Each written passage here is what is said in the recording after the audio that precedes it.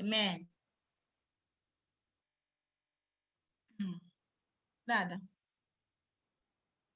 Dada, can you hear me? Okay. You unmute yourself, man. Please unmute yourself. All right, thank you.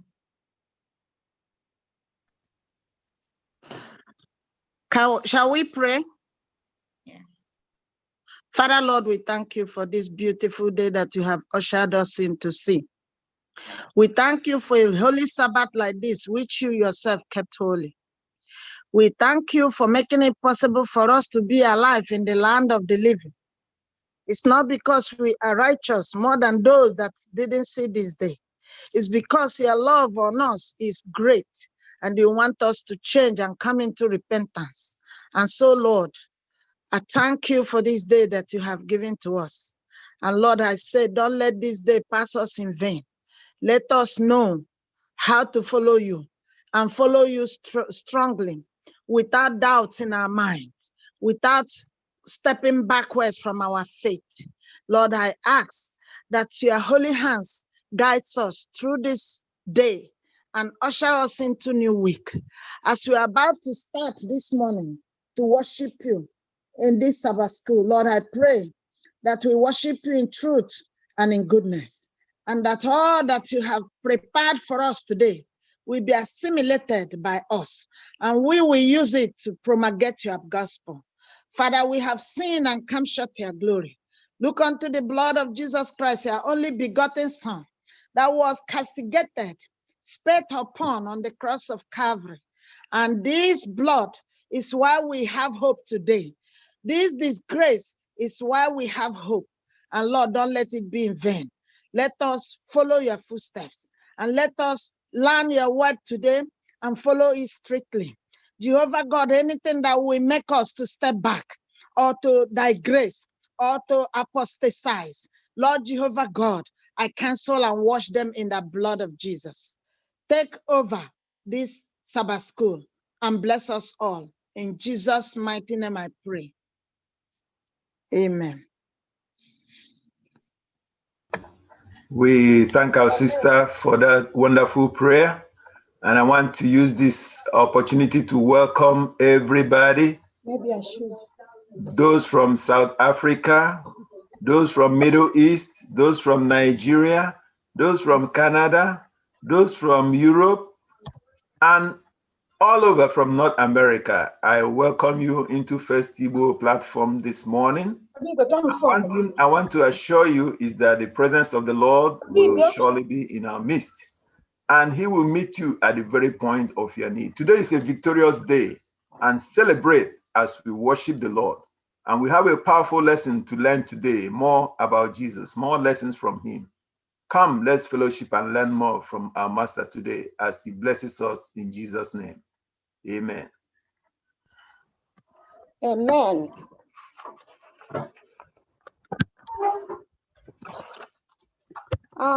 Happy Sabbath, saints of the Most High God. Today, we are very blessed to have another beautiful lesson. And the title is More Lessons from the Master Teacher. And this is lesson number 6. Last week, I'll start by reading the memory text for today, which says, Then Jesus said to him, Go your way, your faith has made you well. And immediately he received his sight and followed Jesus on the road. You can see this from Mark 10, verse 52. Then Jesus said to him, Go, this is a command, to your way, on your way. Your faith has made you well. And immediately he received his sight and followed Jesus on the road. Lesson number 6. Before we got to this lesson, we studied a beautiful lesson last week that showed us the character of Christ, that it introduced that if we have seen Jesus, we have seen Christ. His character, I'm not going to enumerate now, but it was love, kindness, and all kinds of things. That's what we should be, because we were learning about the master as a teacher himself. It is that beautiful lesson that has brought us to this one, to learn more lessons from the master teacher. The master has been introduced last week as Jesus. Today, we are going to learn more lessons about him, Jesus Christ. And this lesson is so loaded. It's very vast. What I see is that in Exodus, when the 10 Commandments was given, it said, remember the Sabbath day to keep it holy. When you see emphasis laid on thing or on something, or something is being introduced over and over again, think about it, that thing is important. Most of the things that are coming out in this lesson today, we have heard before in this same quarter. About the woman with the faith that Christ told, this is not for you, your daughter, and about the dog and all kinds of things. This is about blind Bartimaeus. He refused to keep quiet. So I'm not teaching this lesson, but I'm trying to let you know where it's going. Pay attention. One of our elders, seasoned elder, is going to moderate this lesson. This lesson is rich. You are going to hear about blind Bartimaeus. He was somebody who could not keep quiet. Last night, FirstIgbo did not keep quiet. They screamed. So even if your sin is holding you down, please do not keep quiet, because people could not shut blind Bartimaeus down. So this is my take. I pray that as we study, that the Lord God himself is going to be by our elder, so that this lesson will be moderated according to his will. May the Lord bless us as we worship in Jesus' name. Amen. Let's pray before we get our lesson today. Father, the hour has come when you will teach us from above. Use your manservant now and direct us aright. Let us grasp the most important thing you want us to know that will help us and draw us closer to your kingdom. Give us listening ears now, and bless the technology that we are using, that it will work to your own honor and glory. Thank you, Father, for your sons and daughters who have come to learn from you. Let us know more about Jesus today. In Jesus' name I pray. Amen. Amen. Good morning and happy Sabbath. Happy Sabbath. Same to you. It's a pleasure to be gathered together again today for another Sabbath school lesson. Last week, we studied Christ as the master teacher, and which was brought to us, in a very, very clear way. And that brings us to more lessons today about that master teacher. And last week, we were able to establish that Christ came here as an educator. He came to reveal his Father. And he came so that he can reflect, his Father. And that reflection we were supposed to see in Jesus Christ as he came.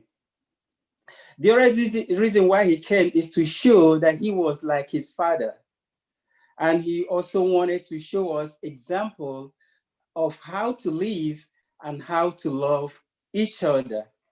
He also came to show us that he will be a sacrifice, and he will be sacrificed in place of the sins that has already been committed in the world. But how did Christ teach? The Bible tells us that people were astonished. People were marveled at his teaching when he taught. So Christ did it in such a way that he had his students engaged all through. He would come to a meeting and people would be listening to Christ all through the meeting. They would even forget to eat. Why was all this so exciting at the time? It was because Christ came here at a time that this world had a violent history. It was a difficult time in the world. We may think we have difficulty now with what is happening all over, but Christ came here at the right time. It was a time in our history that this world was actually in turmoil. So Christ came when people were ready to listen to him, and that's why he's a master teacher, and they gave him the audience, as he taught. So more lessons from the master teachers, as Susie has introduced. This is our 6th lesson in this series of education. Then Jesus said to him, "Go your way. Your faith has made you well." And immediately he received his sight and followed Jesus on the road. This is our memory text. Go your way. Your faith has made you well. And immediately he received his sight and followed him. Another detail that's not embedded in this memory text that we just read is that he actually threw away his garments. Whatever he had with him, he threw it away, and then he followed Jesus on the road. And we will actually find out the significance of what he did. So our first inclination when we disobey or when we do something wrong is to hide. We hide. When we were young, it was a tradition for us at home to get up no matter what you were doing, to go and greet your father when he comes back from wherever. Everyone will go, and you will think he's not paying attention or taking notice of who has actually greeted him. But he's taking good account of whose voice he has heard. And if he hasn't heard your voice, you wait like half an hour. He will ask, "Where is he?" He wants to make sure you are home or you are not lying down somewhere sick. So he looks for you. That's how a father does. He wants to make sure. And if he hasn't heard your voice, he wants to check out to make sure where you are, because you did not come to say hello to him when he came back. That was our tradition. I'm not sure that's what we have here in this part of the world. So you are hiding because you have disobeyed. And that's why you are in a little corner. You don't even want to say hello. But our fathers, they did some courses in psychology. They know if somebody is hiding, something is wrong. So Adam and Eve are no different in the Garden of Eden when they ate the forbidden tree, from the forbidden tree. We also know that Jacob is no different, because when he deceived his brother and the whole family, he was on the run. We also know that the woman who was caught in the very act is no different. When she committed this, she knew where it was that they wanted to stone him. And David in the Bible and the scriptures is also not different. When he sinned, if you go to Psalm 37, you will find out how you cannot hide from God. So that is the experience our first parents had in the Garden of Eden. When they disobeyed God, they found out that they could not hide. And if you played with your little kids, hide and seek, you could be looking for them behind the curtain, but you see their legs out there, but you're still asking, where are you? But you know where they are. That's exactly what Christ did to Adam and Eve. And that brings us to Sunday lesson. Instead of hiding, what would we do? How would we do when we disobey? Is hiding just the only solution? This lesson is telling us that the true Christian education must be about pointing us to the only solution for our rather dismal state. That should be the Christian education that we have. And as we train children in our schools and in our homes, we will have to reorient them to come out and go to the only solution we have, who is Christ Jesus, who came here just for that purpose. So I want someone to get Genesis chapter 3, verses 1 through 11, as we read the Sunday passage. Now the serpent was more crafty than any of the wild animals the Lord God has made. He said to the woman, "Did God really say you must not eat from the tree in the garden?" The woman said to the serpent, "We may eat fruit from the trees in the garden, but God did say, you must not eat fruit from the tree that is in the middle of the garden, and you must not touch it, or you will die." "You will not certainly die," the serpent said to the woman, "for God knows that when you eat from it, your eyes will be opened, and you will be like God, knowing good and evil." When the woman saw that the fruit of the tree was good for food and pleasing to the eye, and also desirable for gaining wisdom, she took some and ate it. She also gave some to her husband, who ate with her, and he ate it. Then the eyes of both of them were opened, and they realized they were naked. So they sewed fig leaves together and made coverings for themselves. 8. Then the man and his wife heard the sound of the Lord God as he was walking in the garden in the cool of the day. And they hid from the Lord from among the trees of the garden. But the Lord God called to the man, "Where are you?" He answered, "I heard you in the garden, and I was afraid because I was naked, so I hid." 11. And he said, "Who told you that you were naked? Have you eaten from the tree that I commanded you not to eat from?" Amen. Amen. Amen. So why did Adam and Eve hide after they disobeyed their Creator? Because they started feeling guilty. Their sin blew up in their face, Okay. and they saw that things have changed. They were afraid too. They were ashamed also. They were ashamed. They felt Ashamed guilty. of their creator, yes. Okay, any other answers? Self-righteousness. Self-righteousness. A disconnection. They had been separated from God, yes. Okay. Separation from God. Their eyes were open. Yeah, their natural eyes were opened, yes. Their natural eyes were open. All the answers, I think, are right.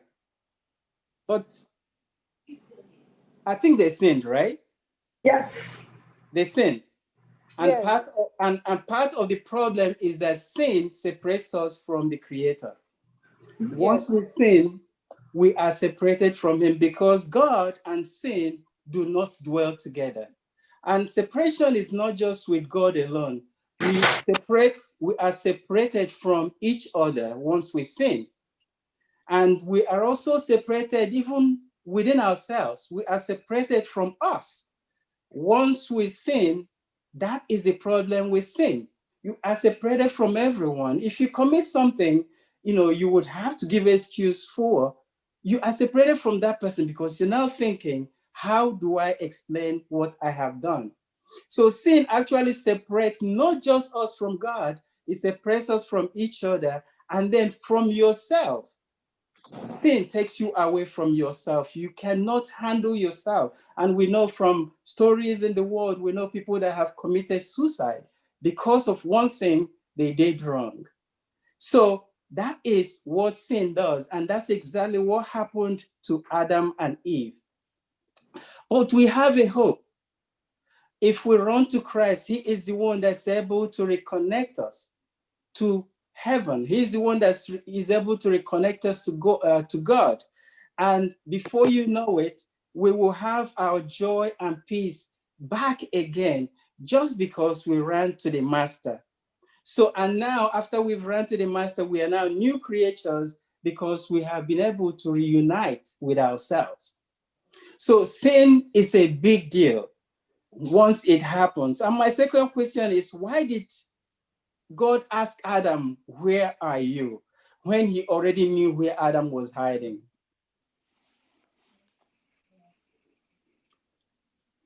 I would say that He wanted them to speak for themselves, that they had really disobeyed Him and they had deviated from His instructions.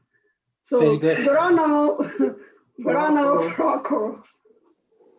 Very good. Any other answer? He wanted to make them understand that He knows where they are and He knows what has happened. Though they are hiding, like if we hide our sins and we are not confessing it, pretending to be holier than thou, God wants us to know that He sees it. No matter, even if we get into our houses, in our basement and hide and do things the church members don't know, God knows. God wanted them to know that He knows what is going on.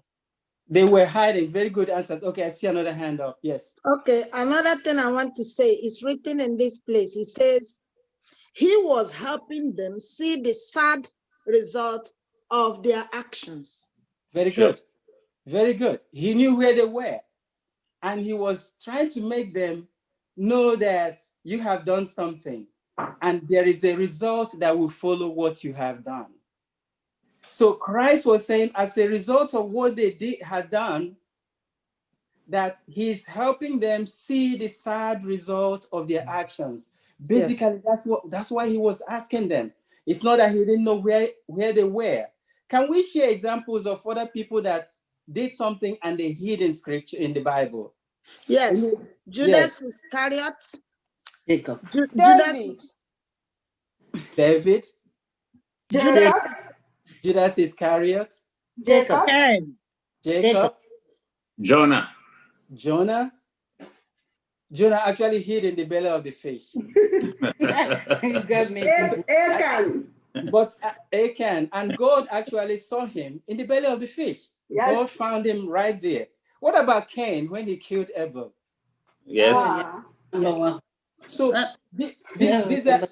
these are good examples, but the scriptures is telling us that we cannot hide from God. There's no way. Even if you dig the ground and hide in there, God knows where you are.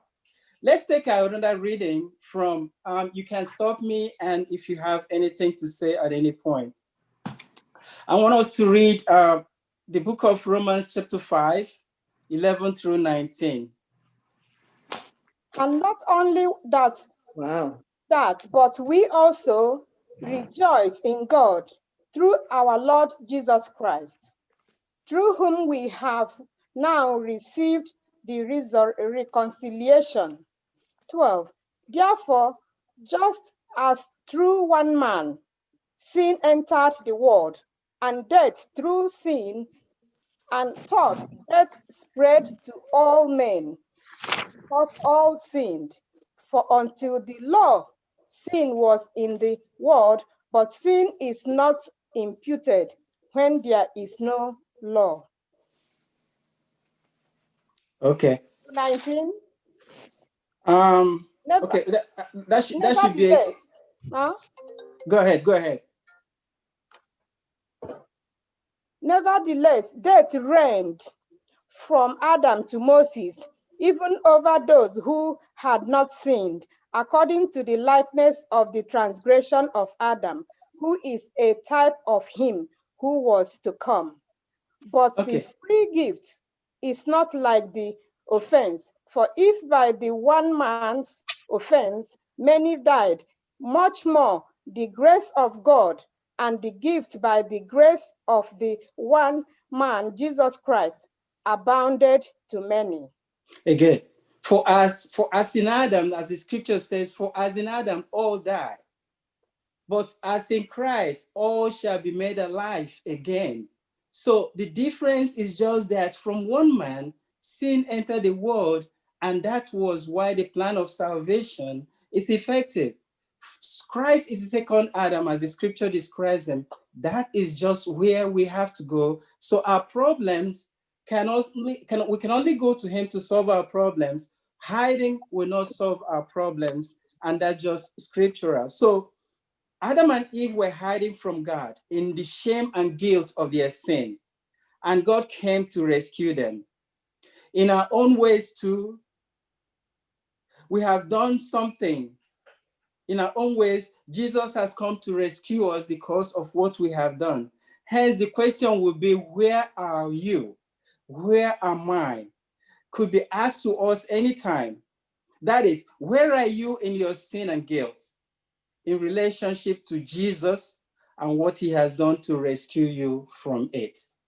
So my brothers and sisters, that is a big question. Christ came here to rescued Adam and Eve, and also to rescue us from our sins. There will be no need for us to be hiding because of one thing we have done wrong, because Christ has paid it all. And that's basically the Sunday lesson. So our title of this area is Instead of Hiding. If you were supposed to rewrite the title of this Sunday lesson, how would you now put that title to complete it, to make it fuller? Run to Jesus when you sin. Instead of hiding, run to Jesus. Yeah. Okay. Any other answers?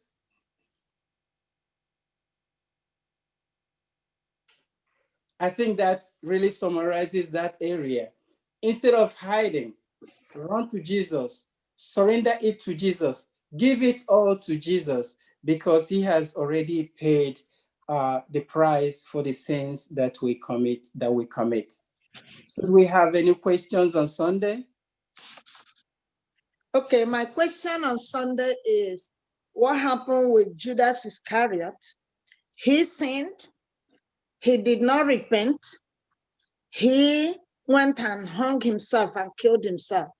Right. So it is today, some of us Christians, we sin because our sin is open, and people, we want you to support their sin because you belong to their clique, and you don't do that, you become a sinner.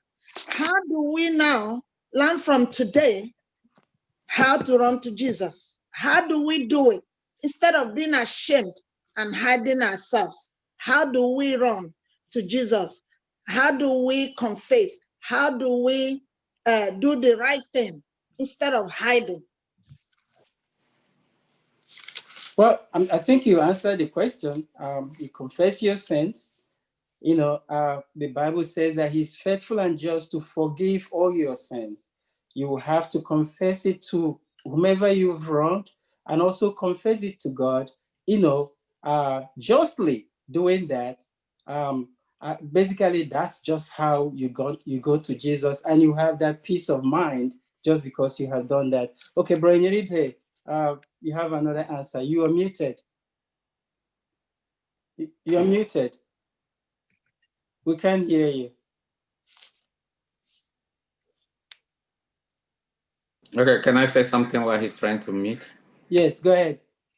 Okay, to add to the question my sister asked, you see, in Adam, when Adam sinned, they were running, but God took the initiative looking for them.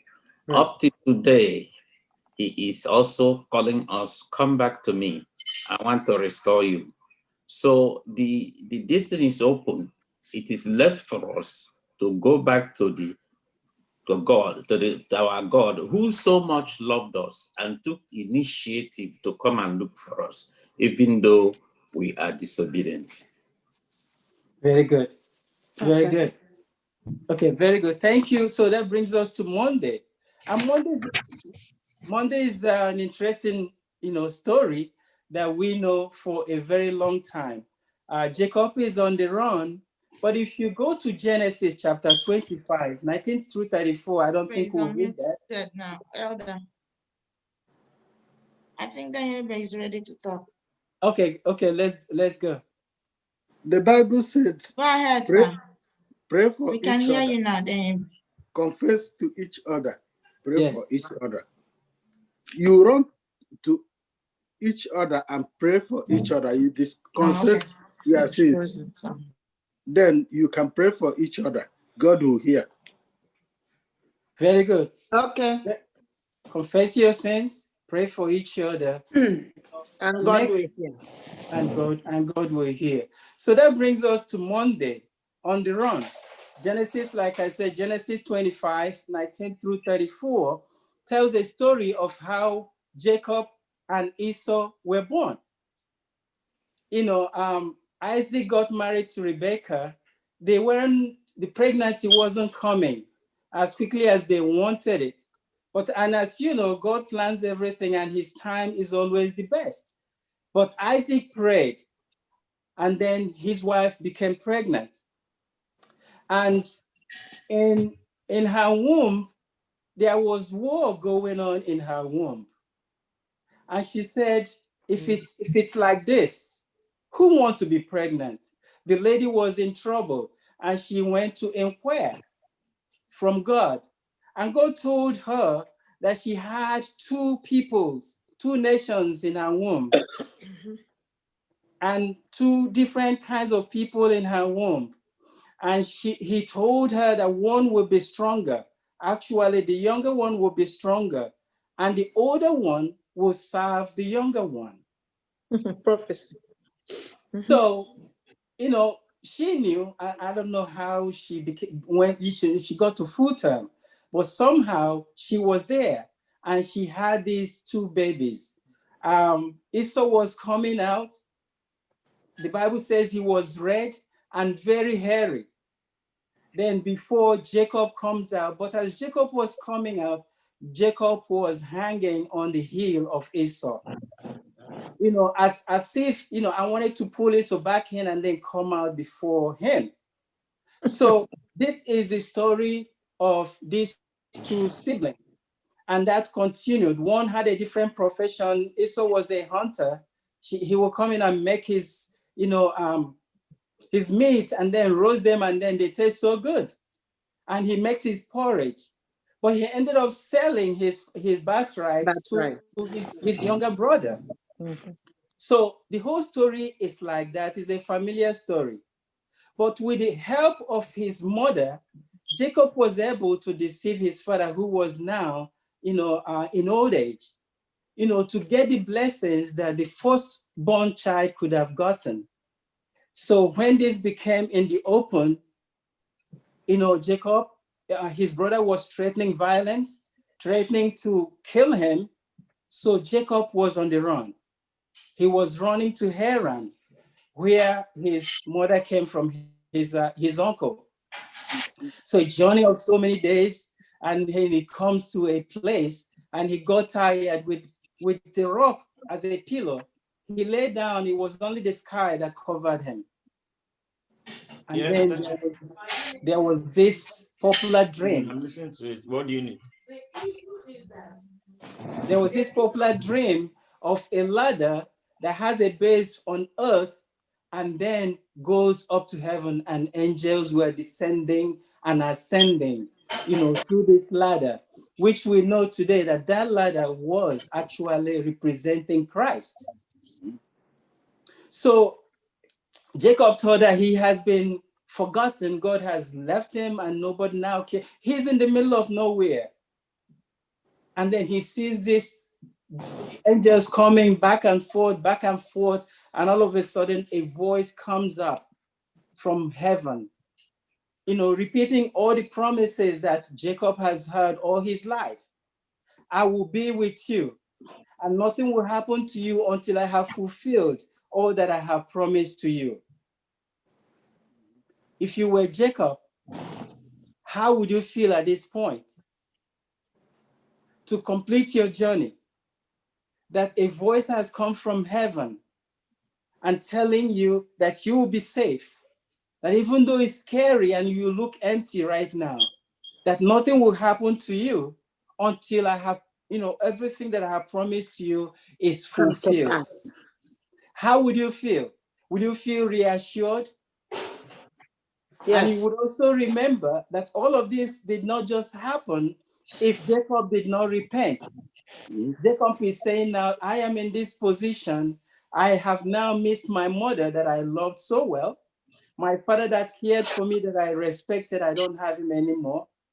And my brother, who is the only brother I have, I am missing them. It is because of my sin that has brought me to this point. So you can see that repentance in him. And Christ is now coming to him and reassuring him. So this is what it will be for me and you at any point in time in our lives, that when we have done wrong and then repent from it, the Lord we can reassure us that I am going to be with you. I have forgiven you, and I will take you every step of the way until all I have promised is fulfilled in you. Question. Yes. So how come this guy Jacob was predestined to take over the position of his brother? Why did it have to be like that? Like looking at Jacob, you will say that he committed fraud. Why will you steal your brother's position? And why will God destine somebody to commit fraud in order to get to the position that he will be? These things that are, in the Bible, they kind of like confuse me somehow. Like if you are not rooted in if you don't have a good background, you question all these things. So can you please explain to us why God should not just make me come out and tell me this is the path I need to follow? Why do I have to commit fraud in order to get to where I'm supposed to be? Well, the question I would have asked you is, do you think that God's promise through Jacob would have been fulfilled if he did not deceive his brother? Yes, God has a way of, God has his own plan.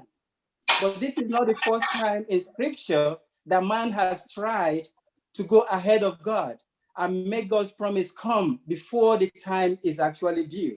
God had his promise. God had his plan for Jacob. God knew how. And to the other part of your question, God knows us from the womb of our mothers. God has already known our character. God knows whom he wants to walk with. God knows who will be able to fulfill his purposes on earth. So he knew it when we are conceived. So God knows whom he wants to send at any point in time. Good question. Can I come in here? Because exactly what my sister asked is what I was thinking. So does it mean, like Jesus said, before Abraham I was? So which means as we are now, God knows who will inherit the kingdom of God by creating us to be Igbos and he knows that Igbos will be rationalized or be placed in where they are. For us to be remnant church of God, God knows it will be like that. For us to be born, already he knows we are sinners and righteous people. You just described to us what revelation that Jacob's mother got. He has 2 nations and look at what they will be. So, I mean, I am still, I'm still troubled in this type of being born, already knowing that you become a sinner. Before you are born, you will be a killer. Before you are born, you will be a priest. That kind of a thing. Is that what we are trying to understand in this lesson? Thank you. I don't think you can associate God with being a killer or being a sinner, all of that. God sent his son that the whole world will be saved. Remember, we are still in great controversy. All evil and sinful things do not associate them with God. But God knows whom he wants to send, whom he wants to be his disciple. And if he has a message, he knows whom he can call to send that message through. And he does that even right from the womb. But do not associate God with evil that is in a very corrupt world. Brother Nyeribe. I'm not satisfied. God has his plans. So Yes. we should patiently allow God to execute his plan by himself. Yes. Amen. Very good. Okay, so thank you. So Jacob awakens from his dream. And then he says to himself, surely the Lord is in this place. And I did not know it. All of a sudden, sorry, Brandon Maker, sorry, go ahead. I can't see, I don't have the authorization, yes. Thank you. Because my sister said she wasn't satisfied with that answer, but let me just chip in a little thing. Okay. It is not the will of God that any man should perish, but have everlasting life. That was why he sent Jesus Christ. So the plan of God for every human being is that we will come to the knowledge of him and have everlasting life. Now, in the place of Esau and Jacob, what happened? Like you rightly said initially, God had a plan for Jacob and had a plan for Esau. Jacob would have also gotten to the plan God wanted him to get to if he did not cheat his brother. But he, just like Joseph, if Joseph decided to go through Potiphar's wife, he may have gotten to the throne. But Joseph has to wait, and God has to pass him through the prisons before he got to where God planned for him. Yes. Individually, because God is all-knowing, he knows. If you remember what he told Jeremiah, he said, before you were formed in the womb, I know you. So even before we are formed, God knows us. His plan is not that we will perish, but his plan is that we'll come to repentance and have everlasting life. Yes, but thank you. Remember that we have choices. Some of the things we do come as a result of our choices. Okay, I have another handout. Okay, Devlin. Are we predestined? No, we are not. Explain it. We are not predestined. God has given us a choice. We are an Adventist church, believe that we have a choice. And that choice is individual. We have to choose to be good or to be bad, hoping that, praying to our Lord to direct us at all times. There's no predestination in our faith, in our doctrines. Okay, so if we are not predestined, before Esau and Jacob was born, it has been predestined that Esau will serve the junior brother. What is that for? Is that when we get to heaven, we will be able to ask God why he chooses what he chooses. I cannot answer your questions now, but when we get to heaven, we'll ask God, why did you choose Esau? Why did you choose Jacob instead of Esau? Well, so which means in the rapture, God knows those that he will rapture and those that will go to hell. No. Let you go. No, you're Let you go. Yeah, go ahead. God doesn't choose people to go to hell and choose people that will go to heaven. No, God doesn't do that. He loves us all equally. And because of our choices, we get what we get. There's this case in point in the Bible.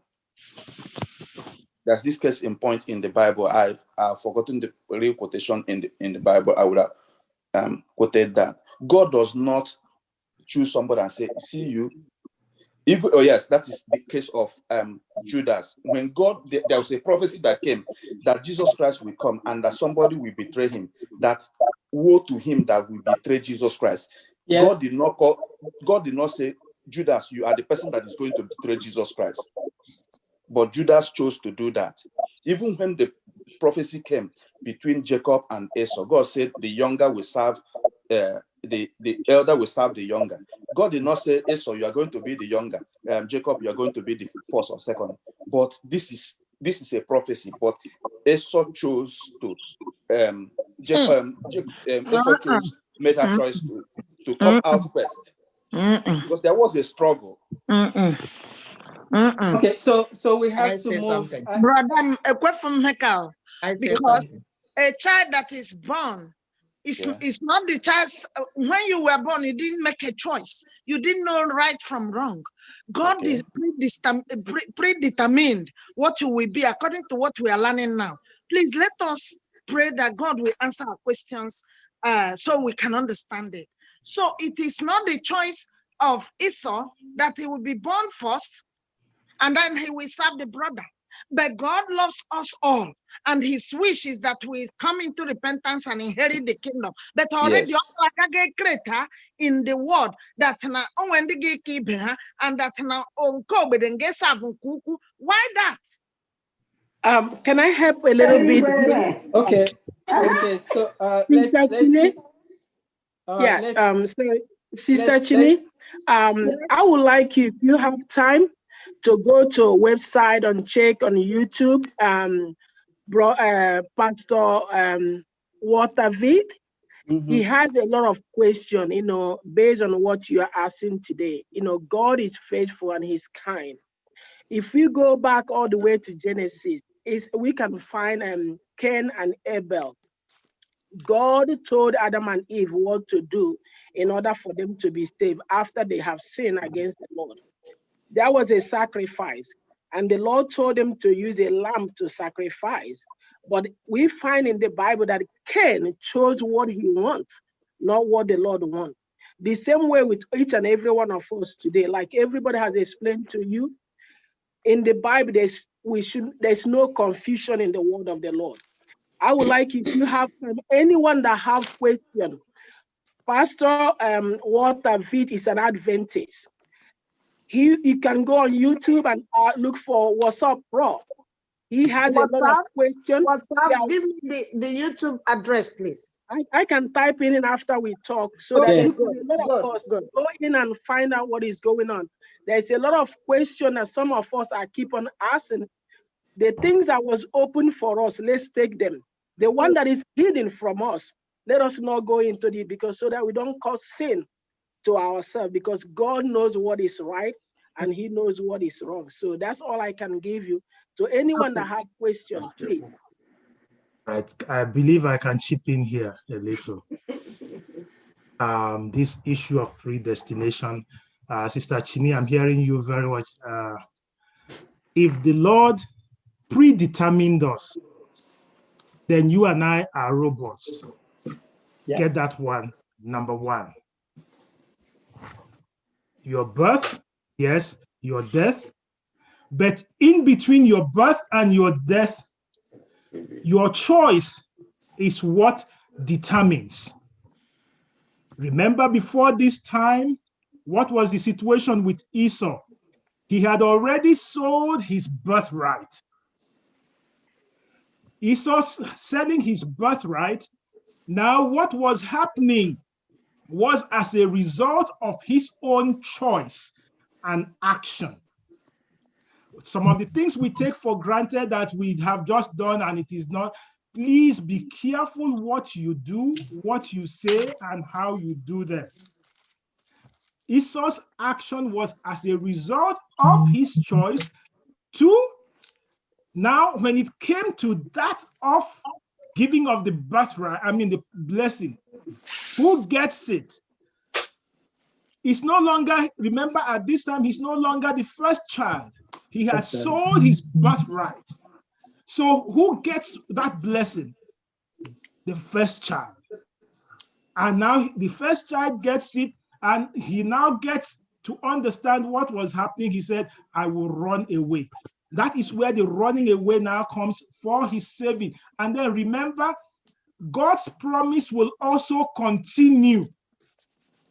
So the Lord meeting him there on that spot was as a result of him also continuing the promise he had made for the children. So all the choice was Esau's choice, not predetermined, because if we are predetermined, you and I, even salvation will just be predetermination. And that is where now those who say once saved, always saved.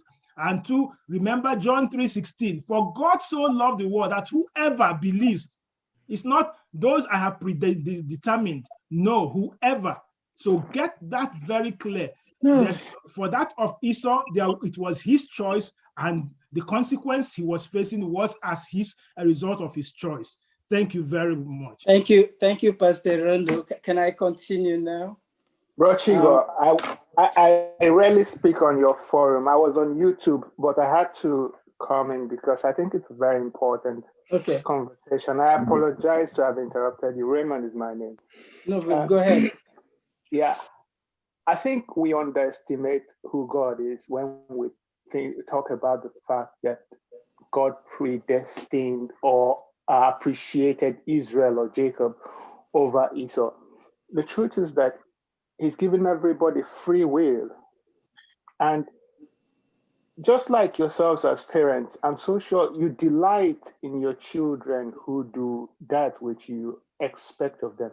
But what is even sweeter of God is that even when we fall short, He still loves us. Now, with those who are concerned about being predestined or not, you could ask yourself the same question. He who sought after me will be the one who betrays me. Do you think that Judas was predestined? Even before Judas was born, there had already been prophecy about Judas. But was he predestined? He wasn't. But because God knows the end from the beginning, sometimes we misinterpret that power for preference. We misinterpret that power for the fact that he shows favoritism. And like some of you have mentioned, including Pastor, the reason Esau fell into that preference, of less preferred to Jacob or Israel, is simply because of the fact that he had sold his birthright just for lentils, or a plate of lentils, I apologize. With soup. So the same thing applies to each and every one of us. He says that in the end, he's going to separate the sheep from the goats. Does it mean that those who do not make it have been destined to be goats? No. They would have made choices, just like Judas made the choice he had to make. The same way he also talked about his Christ, that he's going to bear the sin of the whole world. And cursed is he who hangs on the tree. Is Christ cursed? For our sake, he was for a little while.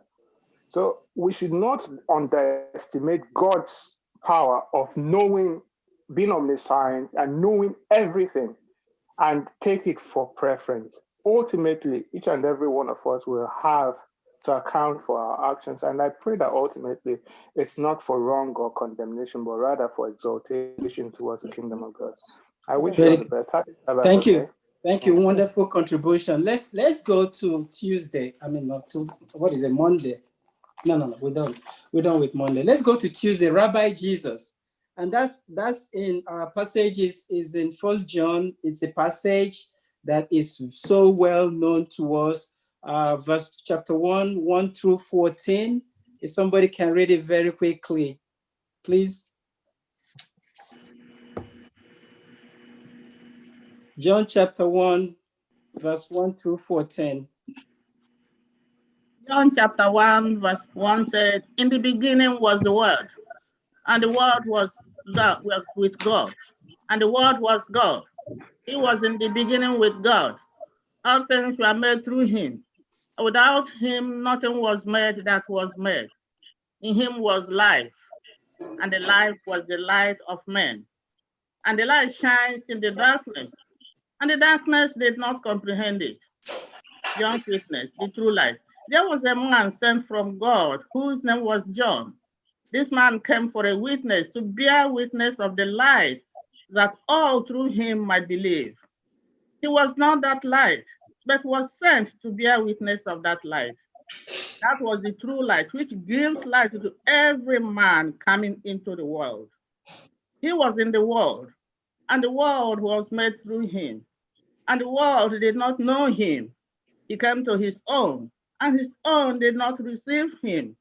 But as many as received him, to them he gave the right to become children of God, to those who believe in his name, who were born not of blood, nor of the will of the flesh, nor of the will of the man, but of God.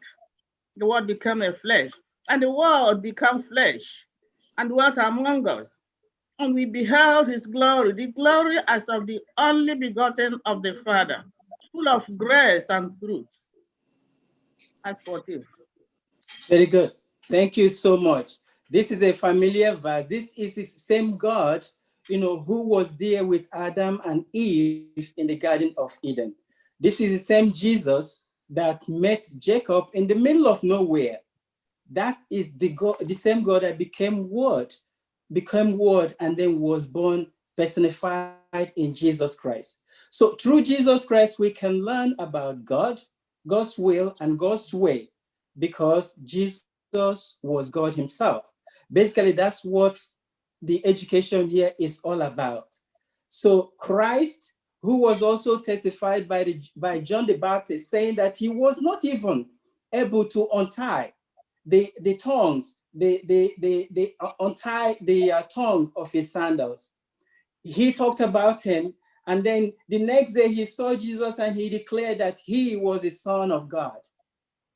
That day, also a day later, he called Jesus the Lamb of God. This is John the Baptist, who was already estimated to be such a special person. But John the Baptist was telling them that he cannot even untie the tongues of the shoe of the one that was coming behind him. So you will know what that means to the people who are looking to kill John the Baptist and now Christ himself. So Jesus then is a rabbi, is a teacher, but never has there been human teacher like him, because again, I have God. A question. Okay, okay. You say your question very quickly. He is God. In other words, God came down to humanity in the form of a human being, and in that form, he functions as a rabbi, a teacher. No wonder Ellen G. White called Jesus the greatest teacher the world has ever seen. So if we wanted to learn something, if we wanted to learn the right way to go, this is the teacher, because he is the one that will teach, and then everyone is astonished. No other teacher has taught like him, because he is God. That's what the passage is telling us. So I don't know, if we wanted to learn to do right, it is God that we have to follow. When we have disobeyed, it is this same Christ that we will have to follow to know the right ways to take. Okay, can we take the young man's question? My question is, does rabbi mean a person that teaches things about God, or it's a person that's a teacher that teaches you more things about God to like what he does and who he was? A rabbi simply means teacher. Basically, that's what it is. And it's a Hebrew word. Basically, it means teacher. It's somebody that teaches you about what to do, how to do things right. He's a rabbi. He's like a pastor. He's a teacher. Yeah, but the teacher in this case, my dear, is one, he was teaching with authority. Yep. That is, he was the originator of what he was teaching. And that's why they were now saying this rabbi, this teacher is different. He teaches us with authority. Mm-hmm. So who is this man? And he now made the world of difference from the other teachers, because they now said, this rabbi is different. He teaches us, and his teaching now brought about righteousness and grace and all this, because even John said with him there was grace before this time. And by the way, this John 1 he's saying this rabbi, this teacher, is the God that was before, that we have all been talking, but he now came in person. So we are able to touch him, we're able to see him, we're able to hear God himself. Right. So he wasn't just a teacher, but a greater teacher. So he's different from other rabbis. Yes, a rabbi is a rabbi, but a rabbi was different from other rabbis. Good question. Good question, and thank you, Pastor, for the explanation. And I think we need to go to Wednesday because our time is fast spent. And Wednesday is a woman that talks back. And that also is another familiar story that we know very well. This is a Syrophoenician woman who came to Christ after Christ has departed to the northern part. This is the Canaanite area. Christ goes there and he tries to stay away from the crowd. And Mark says that he goes into a house so that nobody knows that he's there. But then this woman shows up and crying and then shouting that he needed help because her daughter was demon possessed. And his disciples asked God, Christ to ask him to, because he was crying, behind him. Can you ask this woman to leave because she cries after us? And my brothers and sisters, Christ went to this northern part, and I was reading it. It told us that this is the first time he actually left the territory of Israel to go there. And because he's God, he had in mind that he was going to heal this woman. So he goes up there, and I wish we can really read the Bible passage. But he goes there, he said, "Have mercy upon me, O Lord, Son of David. My daughter is severely demon possessed." But he answered her not a word. And his disciples came and urged him, saying, "Send her away, for she cries out after us." There are some points we have to note in this whole passage. She came and worshipped him. And this is a Canaanite woman. She came and worshipped, even when her daughter hasn't been healed. She came and worshipped in that conversation.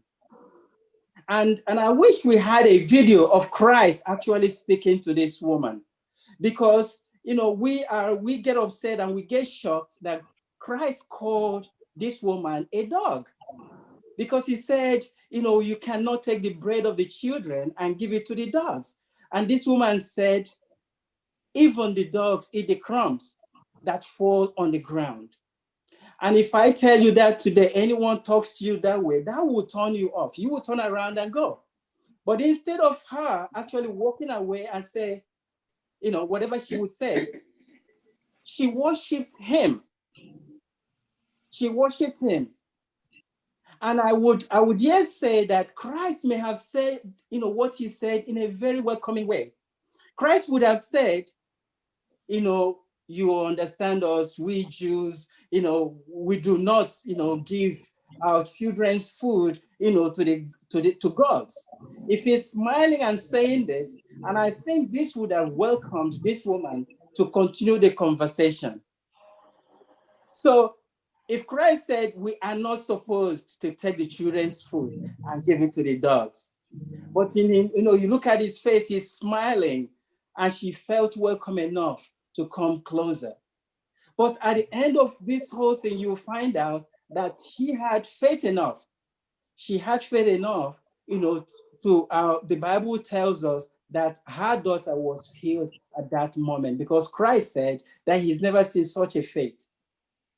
So this is what we have to, learn here. Christ's education here is that Christ wanted the disciples to know that he did not come only for the Jews, that he's also here for the Gentiles. I don't know if anyone has a contribution there. Area that struck me is, despite everything that was happening, this woman was what? Persistent. Right.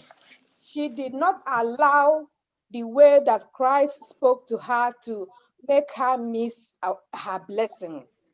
She did not take offense. She pushed forward. So when we petition to God, we should not give up. Even if the answer doesn't come right away, we should continue to intercede and push forward until we get our answer.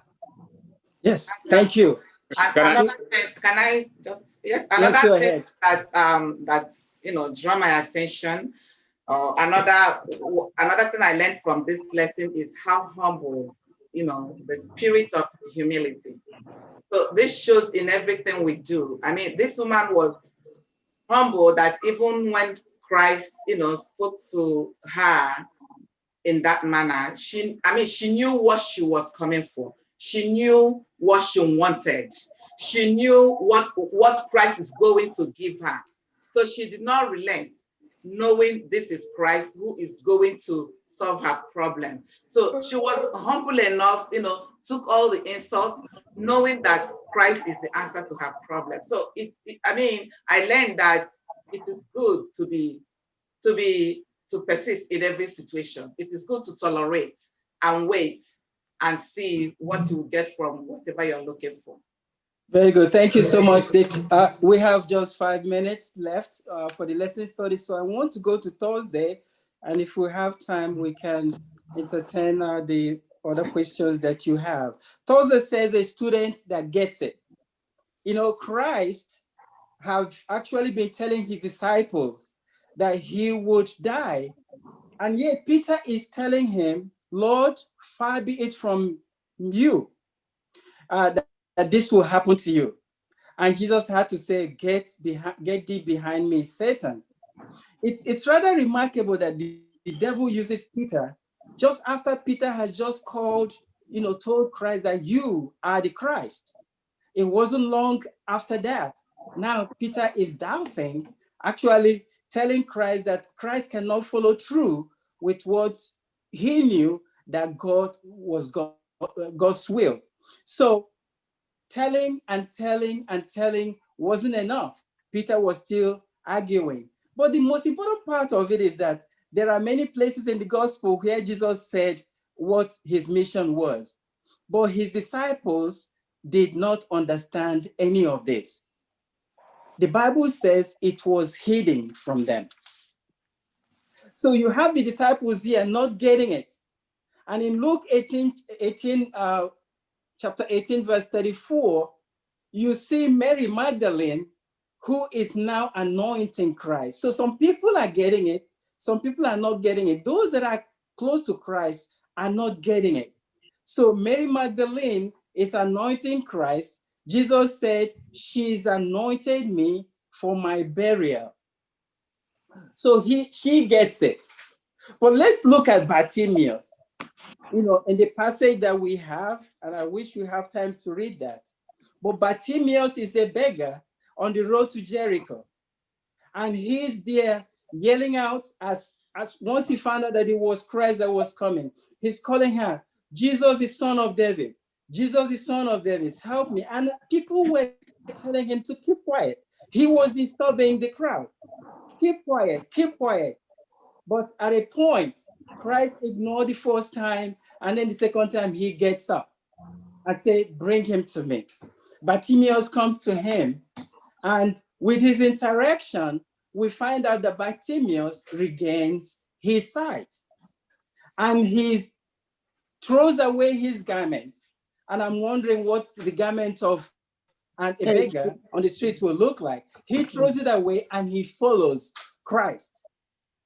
Follows him on the road, what the Bible says. But there's a big contrast here. When you look at the rich young ruler who also came to Christ, who wants to inherit the kingdom, but Christ told him to sell all he had, but he walked away with his nice suit because he did not want to sell what he has. So the contrast here is very, very telling for our lives that we live today. What we have is what we have. If we hang on to it, it might be able to hold us from actually following Christ. But we have to throw out what we have, including the garments that we have, so that we'll be able to follow Christ as he wants us to follow. So this story, in other words, is about seeing spiritually. It is about getting it, about catching on what the master teacher is truly about. Physical sight is one thing, it's an important thing, and Jesus knows it. But Jesus also knows that every person's deepest wish is for a new and better life. Basically, that's our lesson today, and that's our study. And we can take questions now. I have a question. Yes. Why? Go ahead. Why go the ahead. emphasis? Why the emphasis? Jesus, the son of David. Why not Jesus, the son of Joseph? Oh, because the son of David. Remember, the prophecy was that through the line of David, that Christ will be born. Through the line of Jacob, Christ was born, and this is why all of this is important. For you to believe that Christ was the son of David, that was a prophecy, and that was so important at the time because they did not believe that Christ was Christ. The Pharisees and all of them, they didn't believe. They were expecting another Christ, but Christ was the son of David, and that was prophesied long before that time.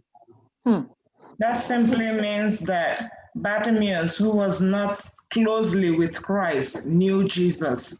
He learned about him and he believed in the prophecy that the son of David is the savior, the Messiah. Thank you. Thank you, Igbo. Mine is something that the Lord inspired to me that I don't know, I didn't want to share it, but because of time, the time we are living today, please, brothers and sisters in the Christ, I want us to be very careful in this last day because I don't think most of us know what is going on. I want everybody to search this word that says, what is common good?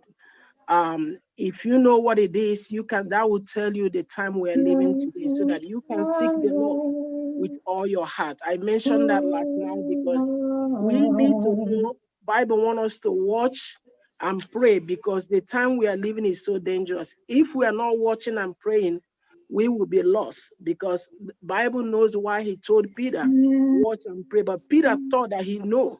Peter thought he had an idea. But when the time of temptation comes, we saw that he ran away. So that we will not run away like the lesson we learned today, but come to the Lord. We are living in the last time. This time we have to seek the Lord more than any other thing in our life because we are really living in the last day. I have some information that I sent the amazing word and the safe to serve. Listen to this to know where we are today. Please, I want to share this. Thank you, everyone. May the Lord bless each and every one. Amen. Thank you so much.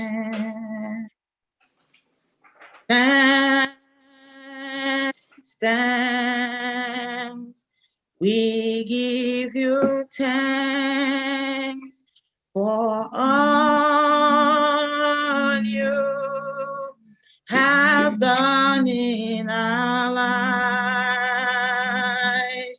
We are so blessed. Our souls have found rest. Oh Lord, we give you thanks. Thank you. you so much, Elder Chigozie Ebere, for the way you handled that lesson. May the Lord continue to bless you and bless your ministry in Jesus' name. And I thank you all for your wonderful participation in the Sabbath School. May the Lord continue to bless you. It is now time for our Sabbath School expense offering. Like we all know what we use this money for. It is the money we use for the quarterlies, to run the affairs of the Sabbath School, and every other thing that you know the Sabbath School to be doing. So I urge you this morning that you please give generously to the work of the Lord. You can bring out your phone and thank you. Okay, that's FirstIgbo. You go to AdventistGiving.org. That is one way you can give your offering. You can also Zelle it to us, 929-777-1752. If you have a check also, you can write your check and you can mail it to us. Somebody will be there to pick it up. I urge you this morning to please give generously, and as you do that, may the Lord continue to bless you. Please do that while I sing this song that I love so much to sing. I know you all know it. You can mute yourself while you sing along with me. I did the before. How they can blow up time for Sabbath School expense offering. Me wefta phone no, me nyonyi Sabbath School. Can you let after la church? Bombo gauge affair. When you're blooding AdventistGiving.org. Iganga. Iginyanis onye Sabbath School. Mabugeze lora nyeze lora nombe ya mbukanize na phone. Gịnị ka m ga-eji woro chi m ụlọ? Ọ bụ gịnị ka m ga-eji woro chi m ụlọ? Aga m eji aja adịghị mma. Aga m eji ntụ adịghị mma. Aga m eji gbamgbam na-ata nchara. Ewo, aga m eji obi m woro chi m ụlọ. Aga m eji aja adịghị mma. Aga m eji ntụ adịghị mma. Aga m eji gbamgbam na-ata nchara. Ewo, aga m eji obi m were chi m ụlọ. Amen. Amen. Amen. Thank you, Sister God, for that wonderful rendition. I hope we have all been blessed today by that lesson we had that cut across so many areas. And what an interesting lesson today. More lesson from the Master. You see, as Christians, we are apprentices of Christ. Apprentices watch their master. They understudy their master. They follow their master's stroke and imitate the master in every way. And there is no better master to study from than Jesus himself, the master teacher. So, my friends, let us be faithful students of Christ and use what we have learned from him and go out there and be a blessing to others. In Jesus' name. Amen. I thank the moderator of the lesson today and all our participants today. Next week we're going to take on lesson 7, worship in education. It will be a very exciting lesson that you wouldn't like to miss. So we're looking forward to see you next Sabbath. And may God bless you. Happy Sabbath day. Amen. Amen. We will now bring this wonderful Sabbath school to a close by singing from SDA 238. SDA 238.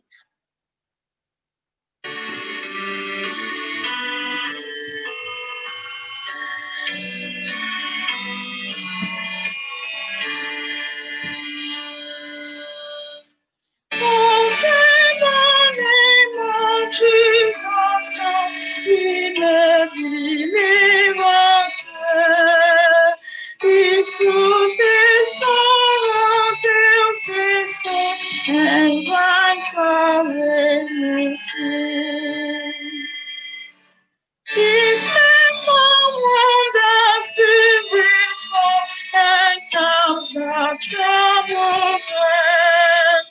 Tis mama to the hungry soul and to the needy rest. The rock on which I stand, my shield and my defense, my never failing fresh refuge with perfect stars of grace. Jesus, my shepherd, God and friend, my prophet, priest and king, my Lord, my life, my way, my hand, accept the praise I give. Weakest I ever thought my heart and called my moments gone.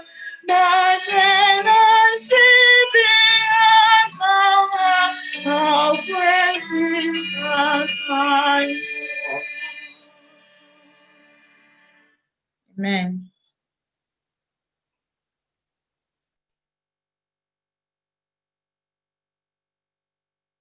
Dada, are you there? Dada?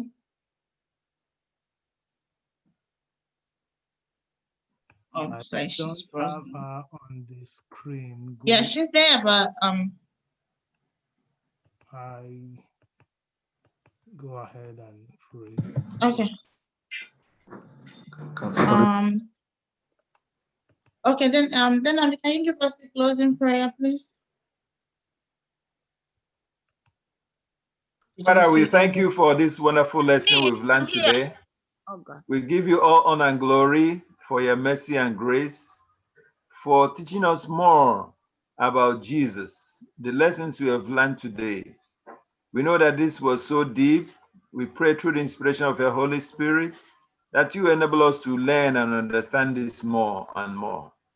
Father, we thank you for your sons and daughters who have come to worship you, who have come to learn from you today. We pray that you're going to instill in us your goodness and mercy and teach us to do your will always. Going to be with us, going to bless our worship service so that we can benefit from it today, even at the end of it all. Thank you, Father, for everything, for we ask in Jesus' mighty name. Amen. Amen. Thank you so much, everyone, for your wonderful participation. Honestly, from the Sabbath School desk, we are so happy the way you come up here and the way you participate in the Sabbath School. Your participation is wonderful and we don't take it for granted. We are so much happy and we appreciate you for that. Thank you so much for being a part of the Sabbath School. Next Sabbath, we hope to also see you here as we worship together and as we wait on the second coming of our Lord Jesus Christ. May the Lord continue to be with you and your families in Jesus' name. Amen. Happy Sabbath day. Happy Sabbath day to you all. Till we meet again, hallelujah. We welcome you to Sabbath School. We are happy that you are here. Happy Sabbath day. Happy Sabbath day to you all. Till we meet again. Amen. Amen. Oh, give thanks to the Lord, for he is good, for his mercy endureth forever. This is the King's business. Let's listen to some of the announcements we have for the day. This afternoon by 3 p.m., the Solomon Singers will be having a concert on a virtual platform. We've heard about it. So many groups will be participating. So please keep that date, 3 p.m. this evening, 9 p.m. Nigerian time, 9 p.m. back home, 3 p.m. right here. And our 40 days of prayer is still going on. Last night was the 21st day. Today is going to be the 22nd day. So please remember to keep that time, 9 p.m. weekdays, 7 p.m. on Fridays and Saturdays. There's going to be a board meeting tonight at 8 p.m. immediately after evening worship. So board members, please remember. And also the Nasina virtual camp meeting coming up next week, November 13th and 14th. Pastor Mark Finley will be the guest speaker. So let us remember next week, our virtual camp, Nasina camp meeting. Let us not forget our sick and shut-in members, to remember them always in our prayers. If we have more announcements, our pastor, the first elder, will bring them to us. And I pray God to be with us today as we worship him in truth and in spirit. In Jesus' name, amen. Yes, in addition to that, Sister Clark, thank you very much. And I also want to encourage every one of us. Thank you for your attendance and participation thus far in the 40 days. We will continue again this evening, 7 p.m. As she said, Friday, 7 p.m., Sabbath, 7 p.m. We use it to welcome the Sabbath and close the Sabbath. So 7 p.m. Friday, 7 p.m. Sabbath. Then Sunday to Thursdays, 9 p.m. And I know we have all been richly blessed, and the Lord has been so good to us. Amamsline, gosi Chineke ndị dakwasị anyị niile n'otu n'oge awa n'oge izu ekpere na anị ya. Ọ dị mkpa ọbụla otu ọbụla o jere dere vuru ya bịawa. Jizọs onye na-egbo mkpa, Jizọs onye na-agwọ ọrịa, Jizọs onye si onye bịakwuta m onye na-adọgbu onwe nọ n'ọrụ. Bịawa, bịawa, ọ ga-ezarị, ọ ga-ezutarị, ọ ga-eme ka prayer. On behalf of my family, I also want to thank each one of you for joining us in the wedding on Sunday virtually. I know that you wonder the crowd over there, and I said, so that my family, one man Abo church. So it was just the close family that inside the house because of this pandemic. Thank you, everyone. I appreciate you all. Thank you for your prayers, support. So keep praying for the couple, that the Lord will continue to lead them, guide them in the path of truth and in the way of the Lord. So again, I say thank you. And I thank each one of you again for your ministry during this time. I gotta me take anything for granted.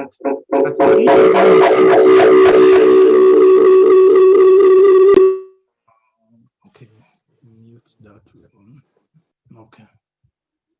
That each one of us indeed take active part in this ministry at this time. I can't thank you all enough. So I pray the Lord to bless you all. I pray the Lord to abide with you all. Okay, I see the couple, they just, okay, you see, I will give you, what am I going to do? You came late to church today. make sure next time you don't come late to church. That is the new couple, Mr. and Mrs. Chinedum and Sierra Erondo. I don't know why that thing is reading Simon. Say change it to Erondo quickly. Okay, spotlight. Okay, let me go ahead and spotlight them. Okay, so yes, yeah, there you go. That is the new couple, Mr. and Mrs. Chinedum and Sierra Erondo. We are praying for you, and we pray. And as I said, next Sabbath you don't come late. Amen. Here we are mark attendance. Okay, so we're so glad to have you, and we're praying for you. Yes, and you want to say a word to the church? Thank you for your support. Thank you for your prayers. This is a big step. Increase your volume. I don't have your volume. Increase your volume. Can you hear me now?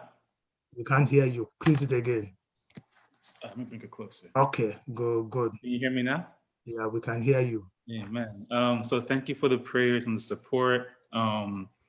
You guys have watched me grow into the man that I am now. So to have you guys there to witness it was just, it meant a lot. So thank you. Once all this Wahala of COVID dies down, we'll be back there with you guys in church fellowship, so you can meet her in person. But again, just thank you for the prayers and the support and just being there. It means a lot. Like Nadu said, we're very appreciative. Thank you for coming out. Thank you for all the gifts and well wishes and prayers.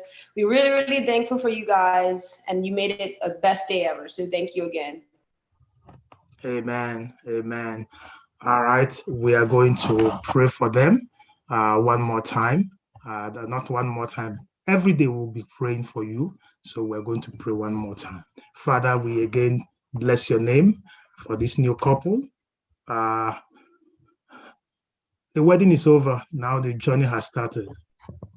So Father, hold them by the hand and lead them. Show them the way. They don't know what to do. Show them, teach them what to do. But above all, fill them with your Holy Spirit power. We bless your name. We thank you. In Jesus' name we have prayed. Amen. God bless you and thanks for coming. And to every one of you, again, welcome. And we pray the Lord to abide with each one of us. Happy Sabbath.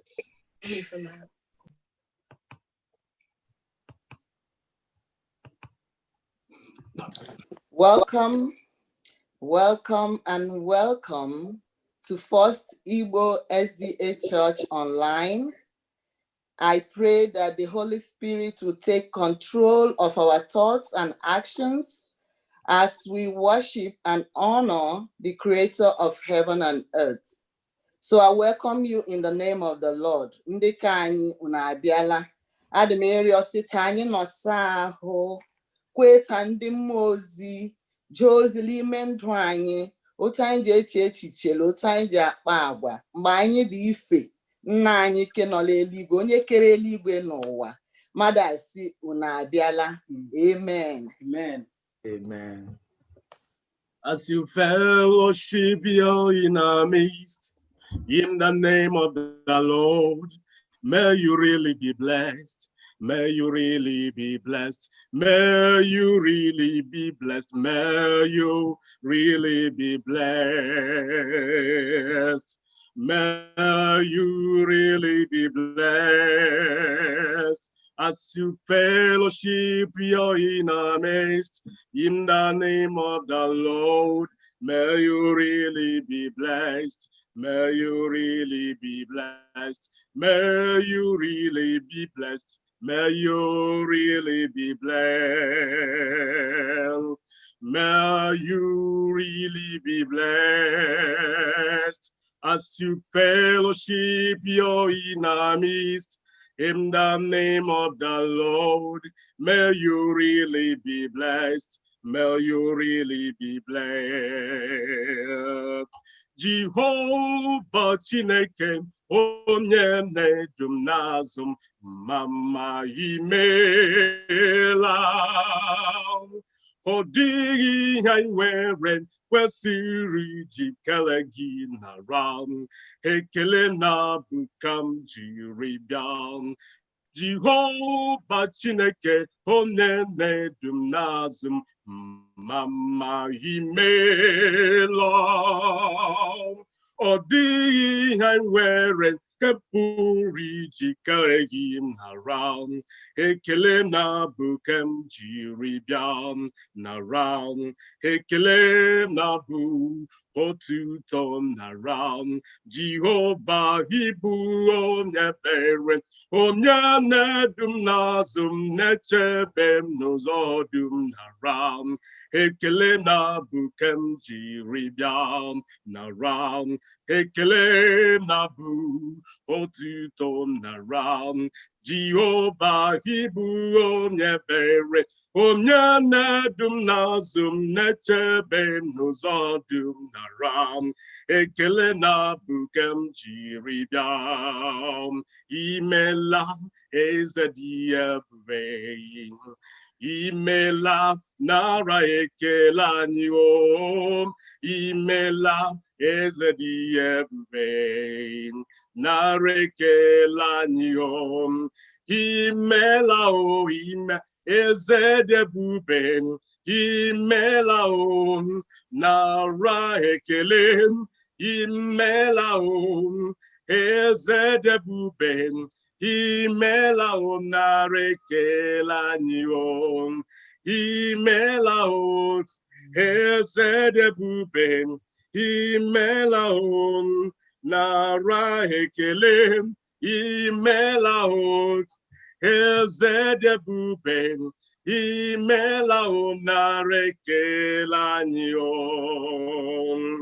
lee ịhụnanya dị ukwuu mere Chukwu mmadụ ọ kpọrọ hụrụ n'anya bụrụ nne anyị n'obe nwa Chineke nwụrụ n'ihi ha kpọburu onye nwe m n'obe nwa Chineke nwụrụ n'ihi ha kpọburu onye nwe m n'obe.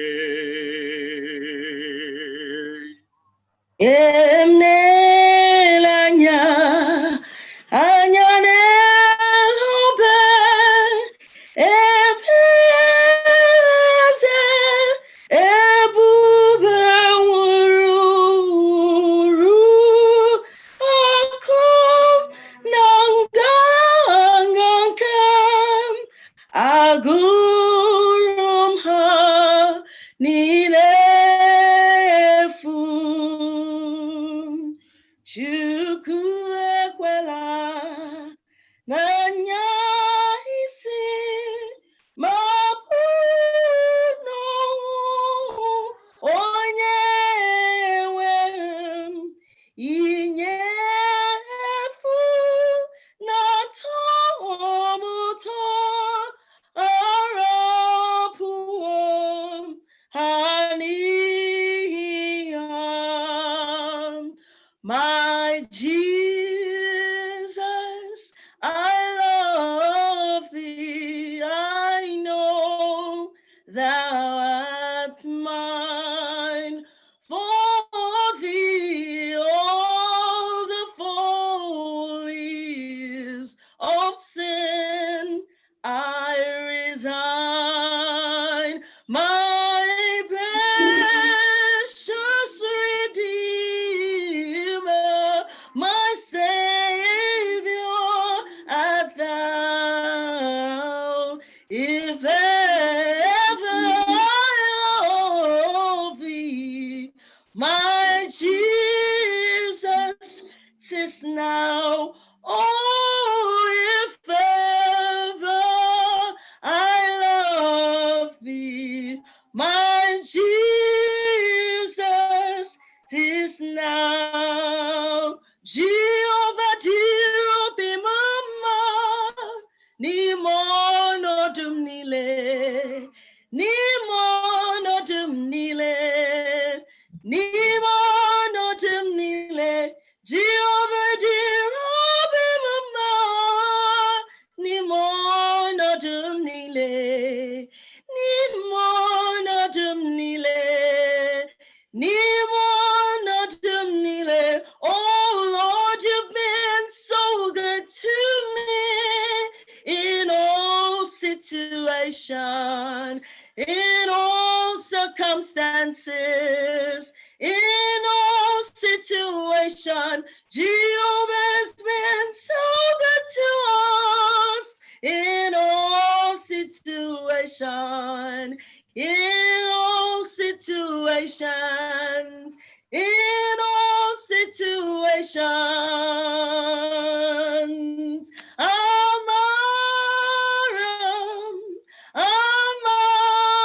amaram, amaram nkoma, odorom nanya, amaram nunya chisubam gedulalam nudo, ebe mmiri n'ifufe nege yanti.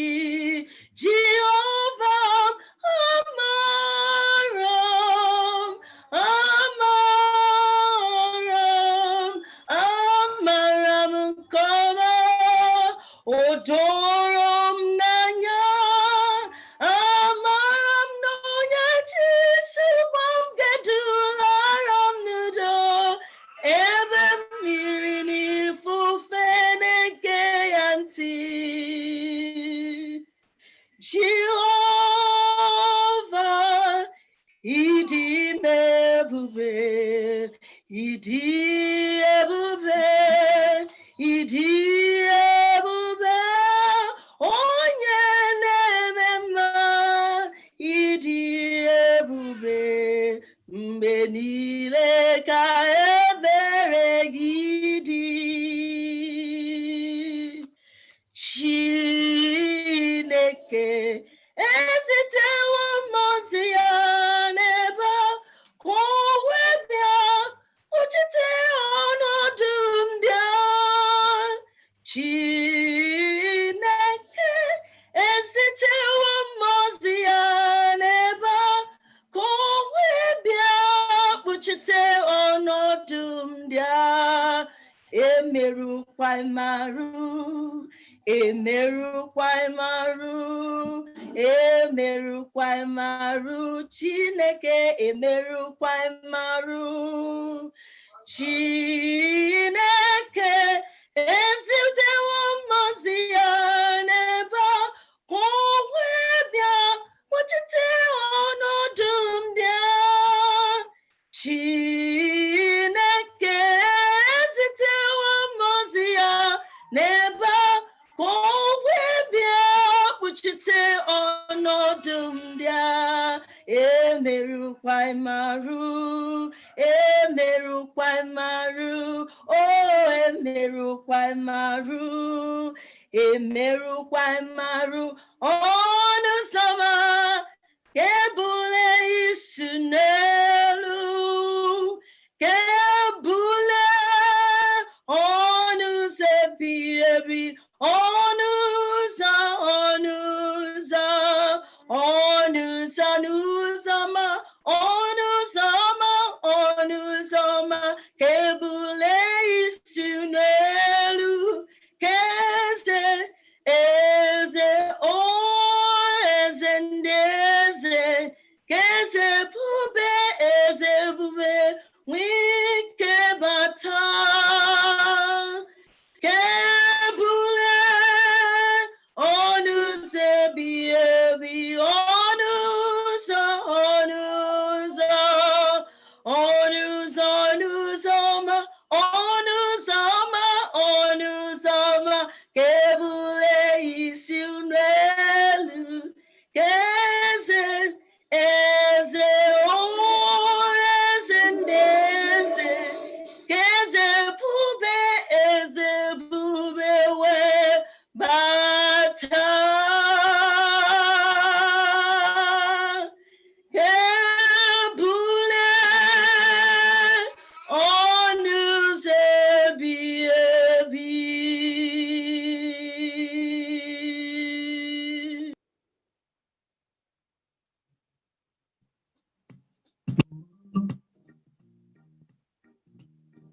Edikesekele mgbe ruru alaeze nwanne. Nwanne nke m, nwanne nke m, ị bịala nwanne nke m, nwanne nke m, nwanne nke m, ị bịala nwanne nke m, nwanne nke m, nwanne nke m, ị bịala ekele pụrụ iche. Kedu ka esi ekele mgbe anyị ruru n'igwe? Nwanne, nwanne nke m, nwanne nke m, nwanne nke m, ị bịala nwanne nke m, nwanne nke m, nwanne nke m, ị bịala nwanne nke m, nwanne nke m, nwanne nke m, ị bịala ekele pụrụ iche. Mmetụ gị aka, mmetụ gị ọnụ, metụ gị aka, metụ gị aka, ịgbasi ala wo, metụ gị aka, metụ gị aka, metụ gị ọnụ, sutu gị ọnụ, ịgbasi ala wo, ịhụnanya dịgide. Across the bridge, there's no more sorrow. Across the bridge, there's no more pain. That sun will shine across the river where there'll never be a happy all day. Across the bridge, there's no more sorrow. Across the bridge, there's no more pain. The sun will shine across the river where there'll never be unhappy again. Aniga jayama jayama, aniga jayama jayama. Onye wuru n'obe, aga m enwere ndụ fọdụrụ n'ụwa. Aniga jayama jayama, aniga jayama jayama. Onye wuru n'obe, aga m enwere ndụ fọdụrụ n'ụwa. Jayama, si n'ebi ebi, ebi ebi ruo n'ebi ebi. Aniga jayama, si n'ebi ebi, ebi ebi ruo n'ebi ebi. Aniga jayama, si n'ebi ebi, ebi ebi ruo n'ebi ebi. Aniga jayama, si n'ebi ebi, ebi ebi ruo n'ebi ebi. Allah has indeed my Savior, and if my sovereign I will be the sacred hand for someone such as I. At the cross, at the cross, at the cross, where I first saw the light, and the burden of my heart go away. It was there by faith I received my sight, and now I am happy all the way. Oh Lord my God, I need your help to rescue me and comfort me. I am your child, I need your help.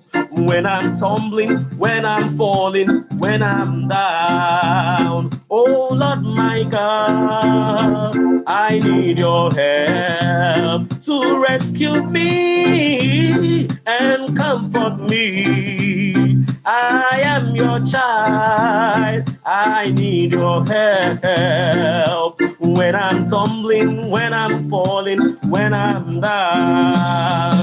I've got my mind made up and I won't turn back, 'cause I want to see my Jesus someday. I've got my mind made up and I won't turn back, 'cause I want to see my Jesus someday.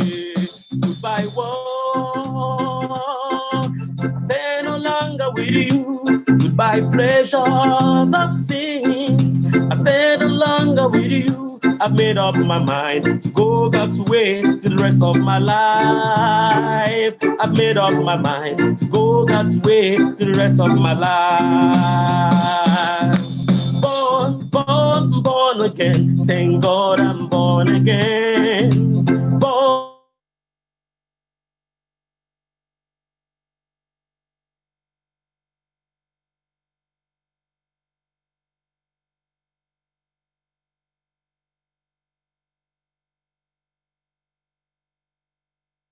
The Spirit and the blood, thank God I'm born again. God of the water, Spirit and the blood, thank God I'm born again. Born of the water, Spirit and the blood, thank God I'm born again. Born of the water, Spirit and the blood, thank God I'm born again. I've got my mind made up and I won't turn back. Cause I want to see my Jesus someday. I've got my mind made up and I won't turn back. Cause I want to see my Jesus someday. I've got my mind made up and I won't turn back. Cause I want to see my Jesus someday. I've got my mind made up and I won't turn back. Cause I want to see my Jesus someday. Audio ye one on them anyway. Ọ dị onye ga-ewe ọnọdụ m n'alaeze nna m. Ọ dị onye ga-ewe ọnọdụ m n'eluigwe mgbe onwe ga-ewere ọnọdụ m mara mma. Ọ dịghị onye ga-ewe ọnọdụ n'eluigwe. Ọ dịghị onye ga-ewe ọnọdụ m n'alaeze nke nna m. Ọ dịghị onye ga-ewe ọnọdụ m n'eluigwe mgbe onwe ga-ewere ọnọdụ. O metụrụ ndụ maka ndụ mgbe bụrụ ihe gbanwere. Jehova metụrụ ndụ maka ọ gbanwe. O metụrụ ndụ maka ọ gbanwe. O metụrụ ndụ maka ndụ mgbe bụrụ ihe gbanwere. Jehova metụrụ ndụ maka ọ gbanwe. O metụrụ ndụ maka ọ gbanwe. O metụrụ ndụ maka ndụ mgbe bụrụ ihe gbanwere. Jehova metụrụ ndụ maka ọ gbanwe. Some glad morning when this life is old, I'll fly away to our home on God's celestial shore. I'll fly away. I'll fly away, oh glory. I'll fly away in the morning when I die. Hallelujah, by and by. I'll fly away. Gadi uku olu kene o kendo obu keya kenere kamdi obu chuku kene uwa le no Jesus ki ribeno o sinala dapota o meriwo di iroya ona buke aboma beya eze o kwesiri o kwese beya eze o kwesiri o kwese Meya eze, meya eze, meya eze, o kwesịrị okweze. Meya eze, meya eze, o kwesịrị okweze. Ahụrụ m onye ike gwụrụ na-eje ije n'olileanya, uwe jụọ ya ihe kwarịrị mmụọ ya, ọ sị na olileanya dị ngọzi, ma n'iru ya ka edoziri ọtụtụ nsogbu na echiche, mgbe jụọ ya ihe gbalịrị mmụọ ya, ọ sị na olileanya dị ngọzi. Were aha Jizọs na-eje, onye na-ahụ ahụhụ, ọ bụ kasị obi n'ọṅụ. Ebe ọbụla ije, unu were ya na-eje, were aha Jizọs na-eje, onye na-ahụ ahụhụ, ọ bụ nkasi obi n'ọṅụ. Ebe ọbụla ị na-eje, were aha Jizọs na-eje, onye na-ahụ ahụhụ, ọ bụ nkasi obi na ọṅụ. Unu were ya na-eje, were aha Jizọs na-eje, onye na-ahụ ahụhụ, ọ bụ nkasi obi n'ọṅụ. Ebe ọbụla ị na-eje, were aha Jizọs na-eje, onye na-ahụ ahụhụ, ọ bụ nkasi obi na ọṅụ.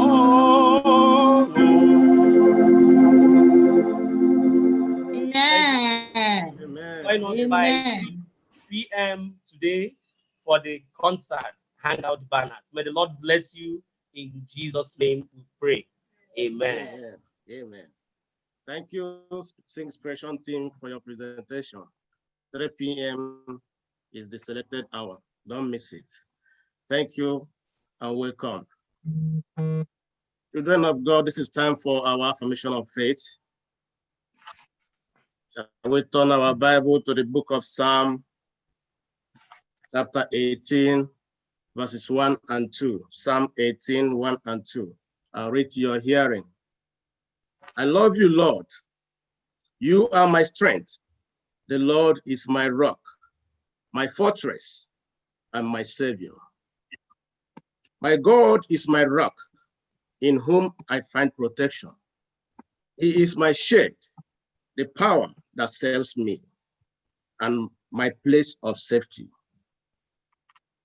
Our call to worship is also taken from the book of Psalms, chapter 95, verses 6 and 7. Call to worship, Psalm 95, 6 and 7.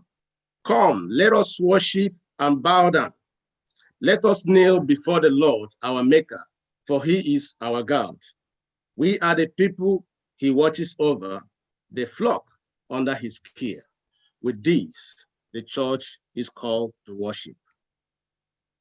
Oh, worship the King, oh, glorious above, oh, gratefully sing his wonderful love.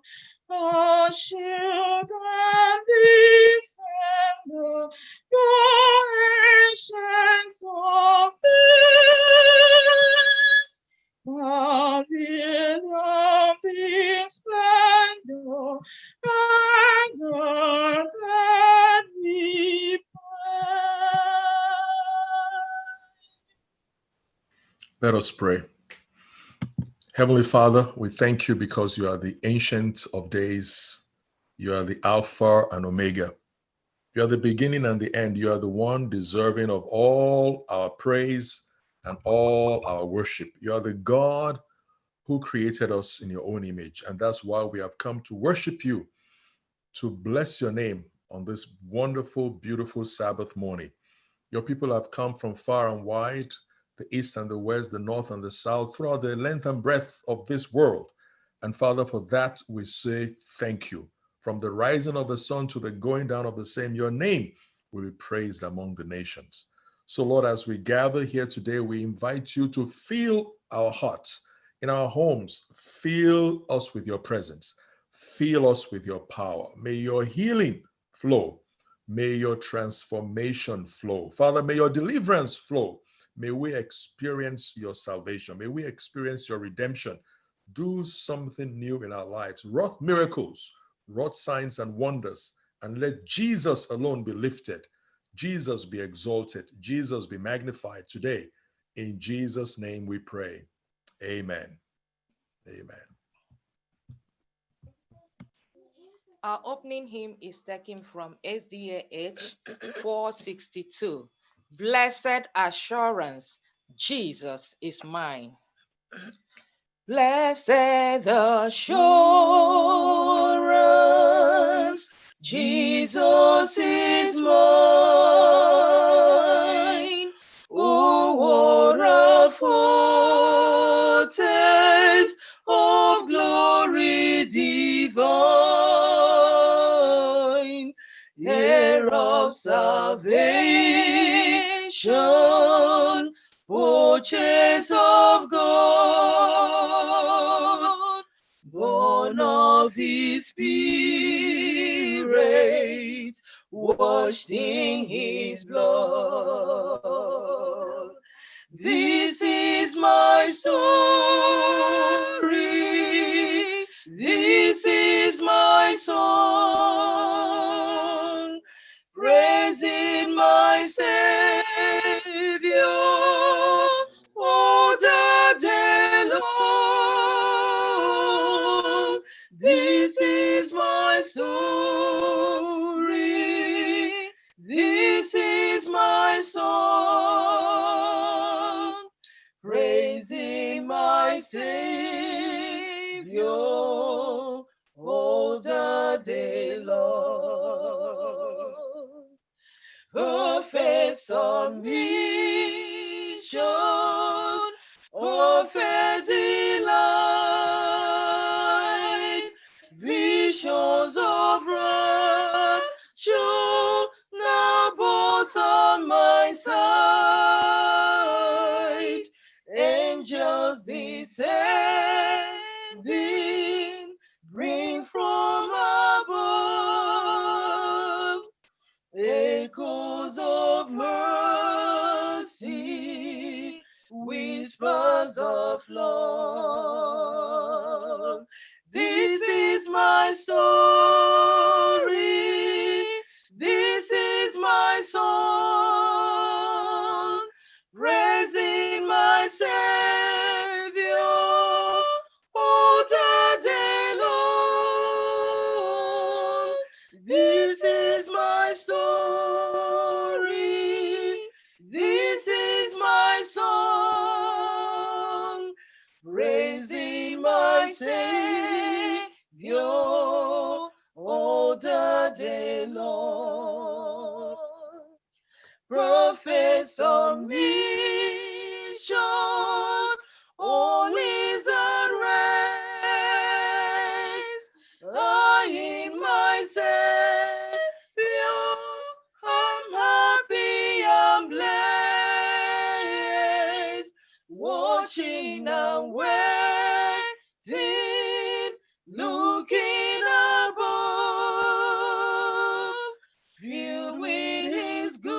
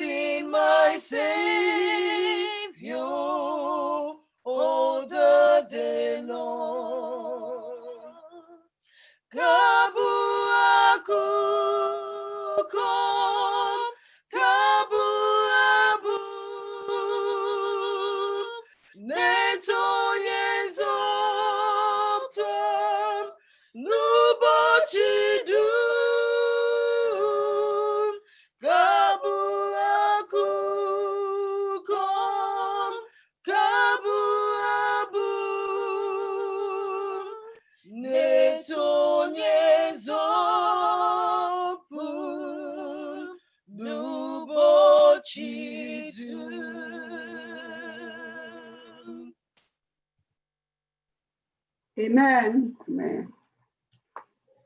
Our scripture reading this morning will be taken from Acts of the Apostles, chapter 1, verses 6 to 7.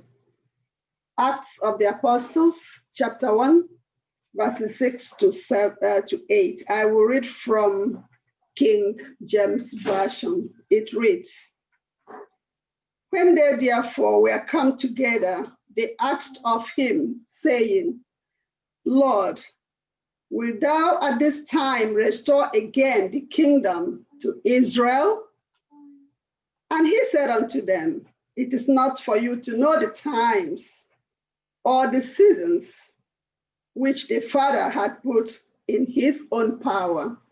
8.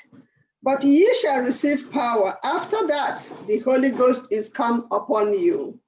And ye shall be witnesses unto me both in Jerusalem and in all Judea and in Samaria and unto the uttermost part of the earth. May God bless this reading and add more blessings to it in Jesus' name. Amen. On me this consolate, where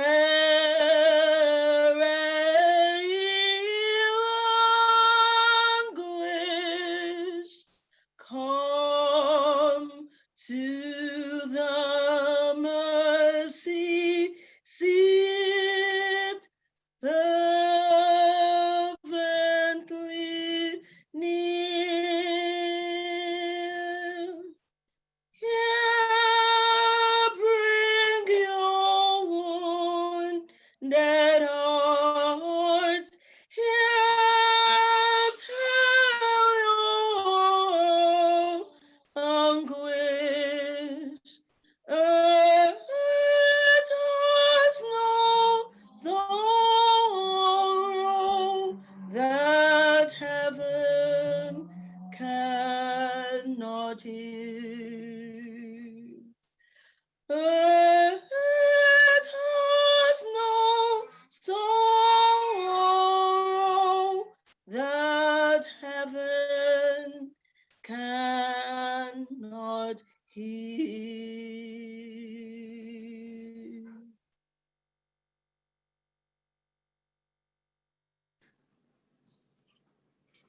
I don't know where it speeches you and where it hurts you, but there is no problem that heaven cannot take care of. This is a time to seek the face of our Maker, our God in heaven. It is time to bring all our petition to the throne of mercy. As human, I may not know where it hurts you. I may not know that which you seek from the Lord today.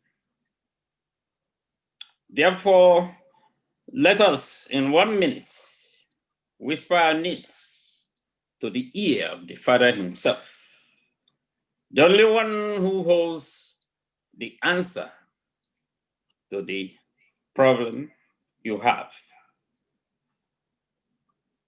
Amam ngode etai. Lila mammen ndi mengali labchine klanen bonye motoji norangata.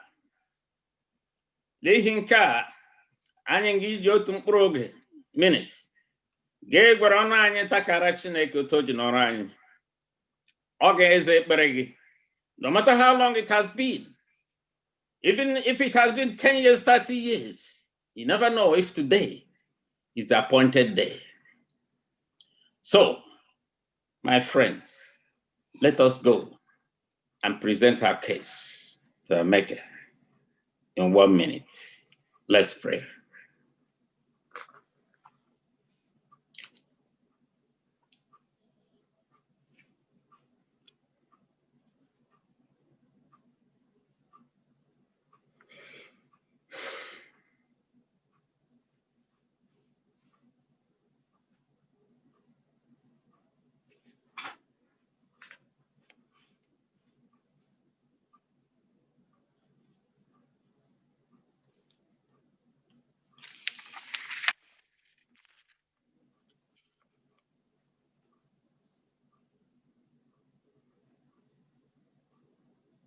Amen.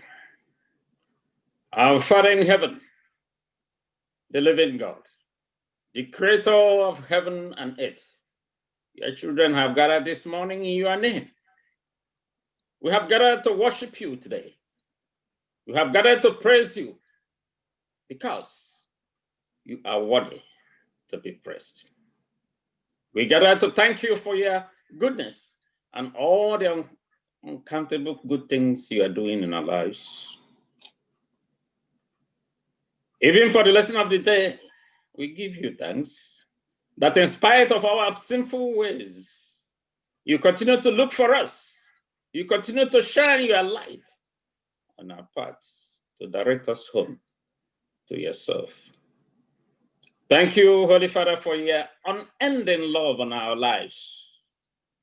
Thank you for the Master Teacher and Lord, our Lord Jesus Christ himself, who died on the cross for us because of the love you have for us, to reconcile us to you. Thank you, Holy Father. May your name be forever honored and glorified. Amen. In Jesus' name. Amen. Holy One, sin has made us unworthy to be in your presence. You are holy and we are not. Everything about us is sinful. Therefore, Holy One, we come to you in the name of our Lord Jesus Christ, whose unrighteousness is complete, begging for forgiveness of our sins, to wash us clean and make us worthy of your presence. In Jesus' name. Amen. For everyone on this line today has placed their petition before you. We have brought our problems to you because you know that there is no problem that is beyond you. We know that you will not look away when your children are wallowing in pain. Therefore, Holy One, on your own promises and for your own names, for your name's sake, I pray thee, in the name of our Lord Jesus Christ, to attend to every request whispered to your ears on this Sabbath day. Amen. In Jesus' name. Amen. In a special way, Lord, I present our sick and shut-ins by name in your mercy throne. Elder David Wamba, Elder Chika Nwugu, Elder Enyanibe, Sister Nkechi Ebere, Sister Maggie Wamba, Sister Nena Ojatu, Deacon Wamba, Brother Azun Wamba, Baby Davina in the hospital, a sister in dear need of liver transplant, Shonali, Brother Ike's daughter, Sister Joy Akwarando, and so many others that I could not remember now, but you know them all. And there is no sickness, no how it is paining them that you don't know the cause and the beginning. Father, I brought them before you, praying for the heavenly healing. Father, you're a miracle working God. Pass them not today, Lord. Have mercy on them. Hear their humble cries and grant them the healing they need. Amen. In Jesus' name. I now leave the speaker of the hour into your holy hand. Come have him now with the power of the Holy Spirit. You have also been using him mightily since the week, feeding us spiritually. Father, we thank you for him. We pray for double portion of your blessings on him and his ministry. And as we hear him today, Holy Father, we pray that your words coming through him will accomplish that to which it is meant to accomplish in our lives. That it will prepare us spiritually, that it will revive us and keep our faith and make us worthy for your kingdom. Thank you, Holy Father, for answering our prayer, for we have prayed in Jesus' name. Amen. Hear our prayer, O Lord. Hear our prayer, O Lord. Incline thine ears to us, and grant us thy peace. Amen.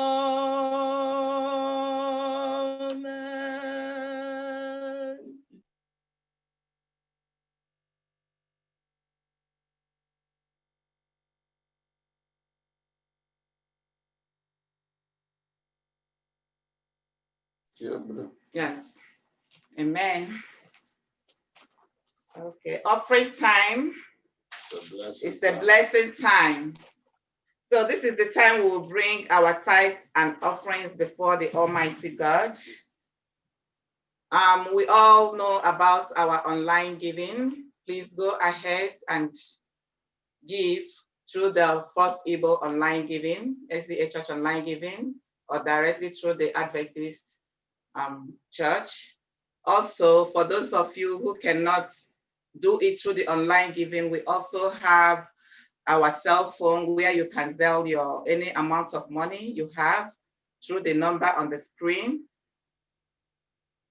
So we ask our brothers, foreign and home, to please support the FirstIgbo Church as much as you can. I will praise you, O Lord, with my whole heart. I will tell of all your marvelous works. I will be glad and rejoice in you. I will sing praise to your name, O Most High. So this morning, two sisters are thanking the Lord for successful surgeries. Our sister Uzichi Njoko is thanking God for her husband's successful surgery, and she's asking the Lord to perfect the healing in Jesus' name. Amen.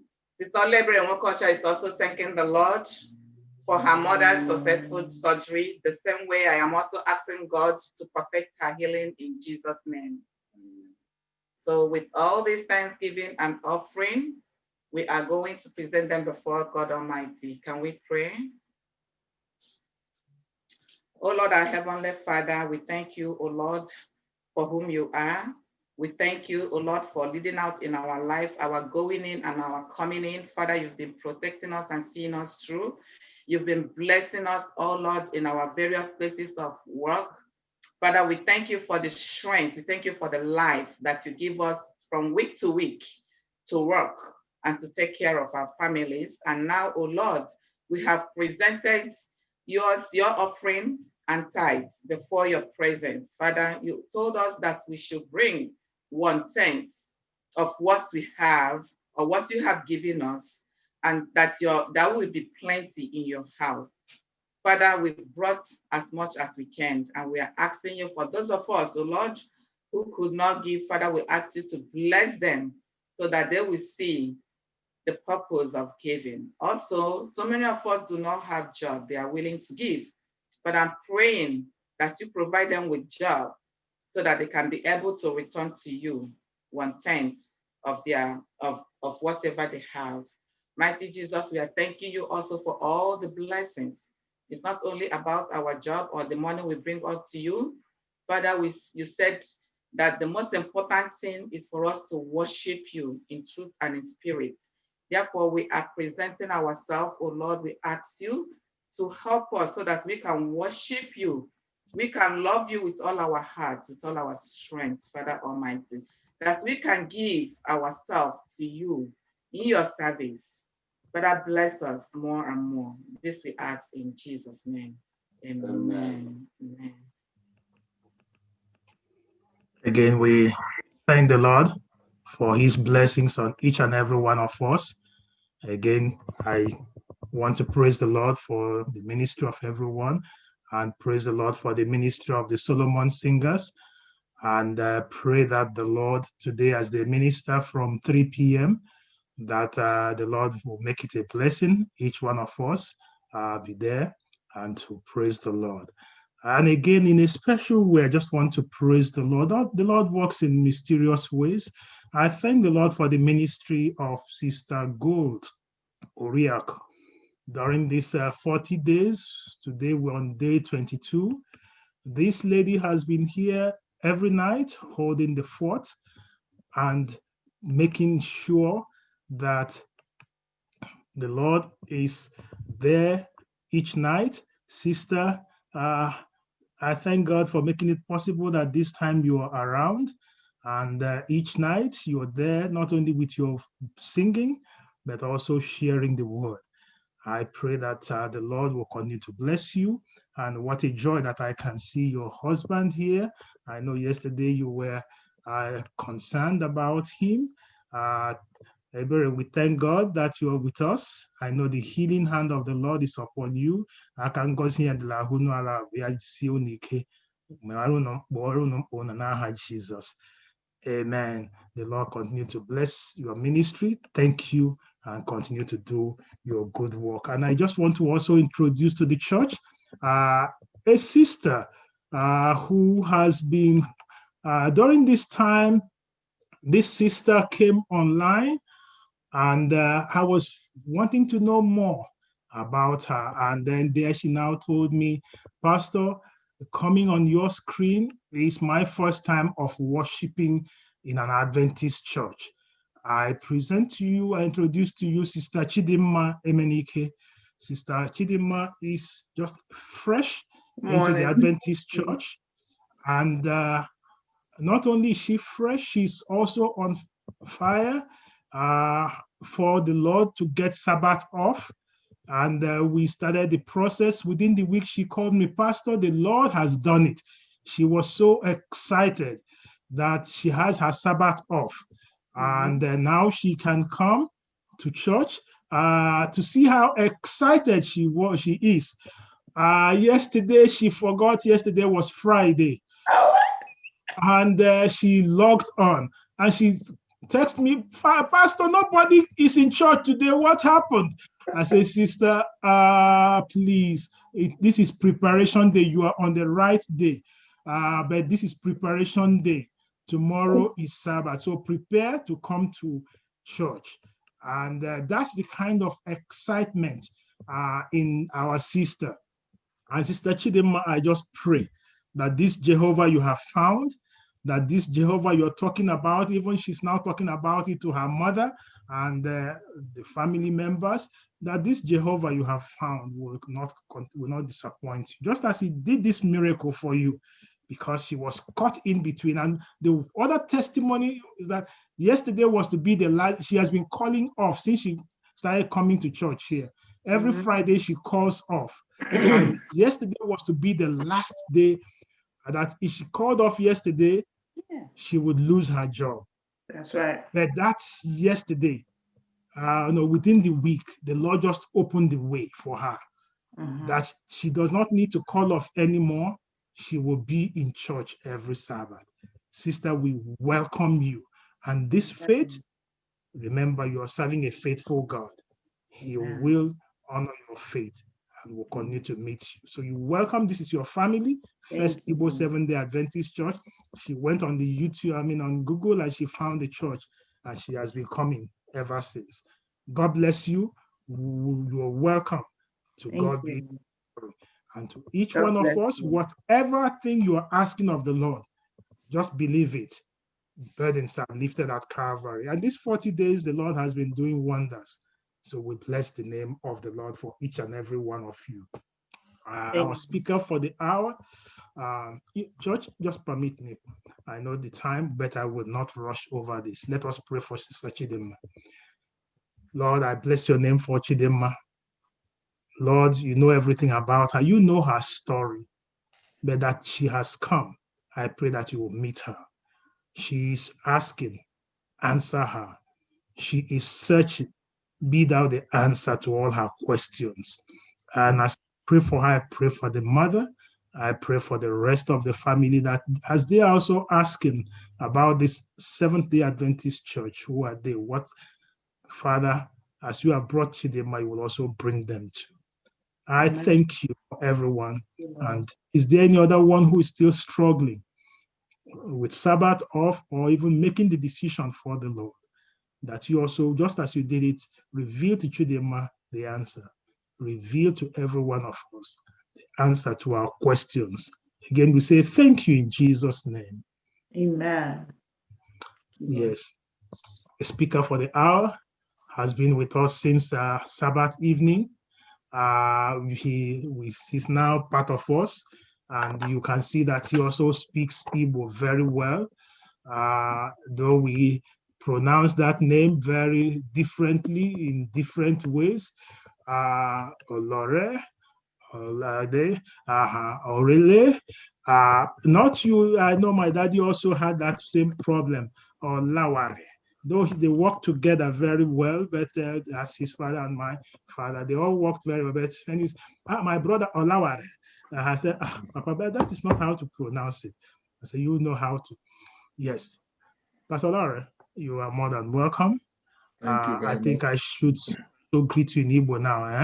I know Tole Bella. Yes, it's been a blessing to us since this week, and those of you who were here last night, we had a wonderful time.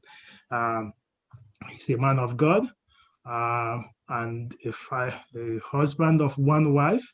When I put the screen on, I know that most of the women here will scream, "Is that the wife?" Don't worry, in a few minutes you will see who she is, and you all welcome her because she's a New Yorker. Sister Augusta Yetunde Olare. She has been here, blessed with 4 wonderful children and 4 grandchildren. And I know the tribe is increasing and continue to increase. So again, on behalf of FirstIgbo Church, we welcome you to FirstIgbo, and we pray that the Lord who has been using you will continue to use you and your ministry at Glendale Adventist Academy, that the Lord will continue to bless you there and bless everything that you set your hands to do. Amen. After the choir must have finished singing, the next voice that you will be hearing will be that of Pastor Dr. Israel Bamidele Olare. Pastor, you're welcome. God bless you.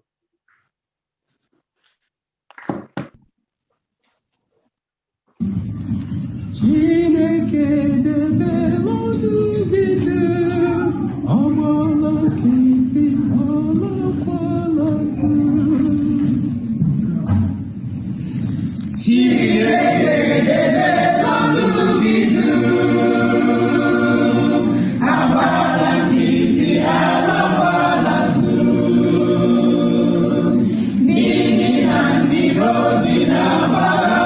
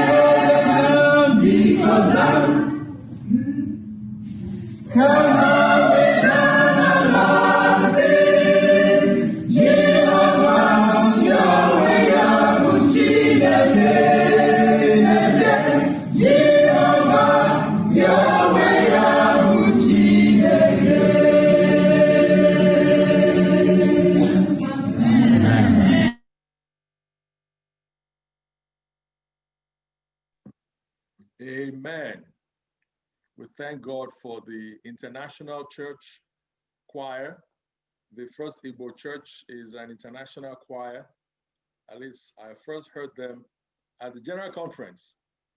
I think that was way back in, was that 2010? The first one, or 2015? I'm not even sure which one, but I know they were the featured choir, you know, at the General Conference. Pastor, which one was it? 2010.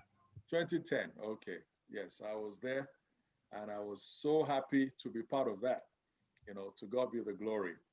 To God be the glory. It's been a wonderful week, and like Pastor said, my wife is here with me, and I would like to ask her to come on the screen. She's on another device in another room, but for this time, I want her to join me.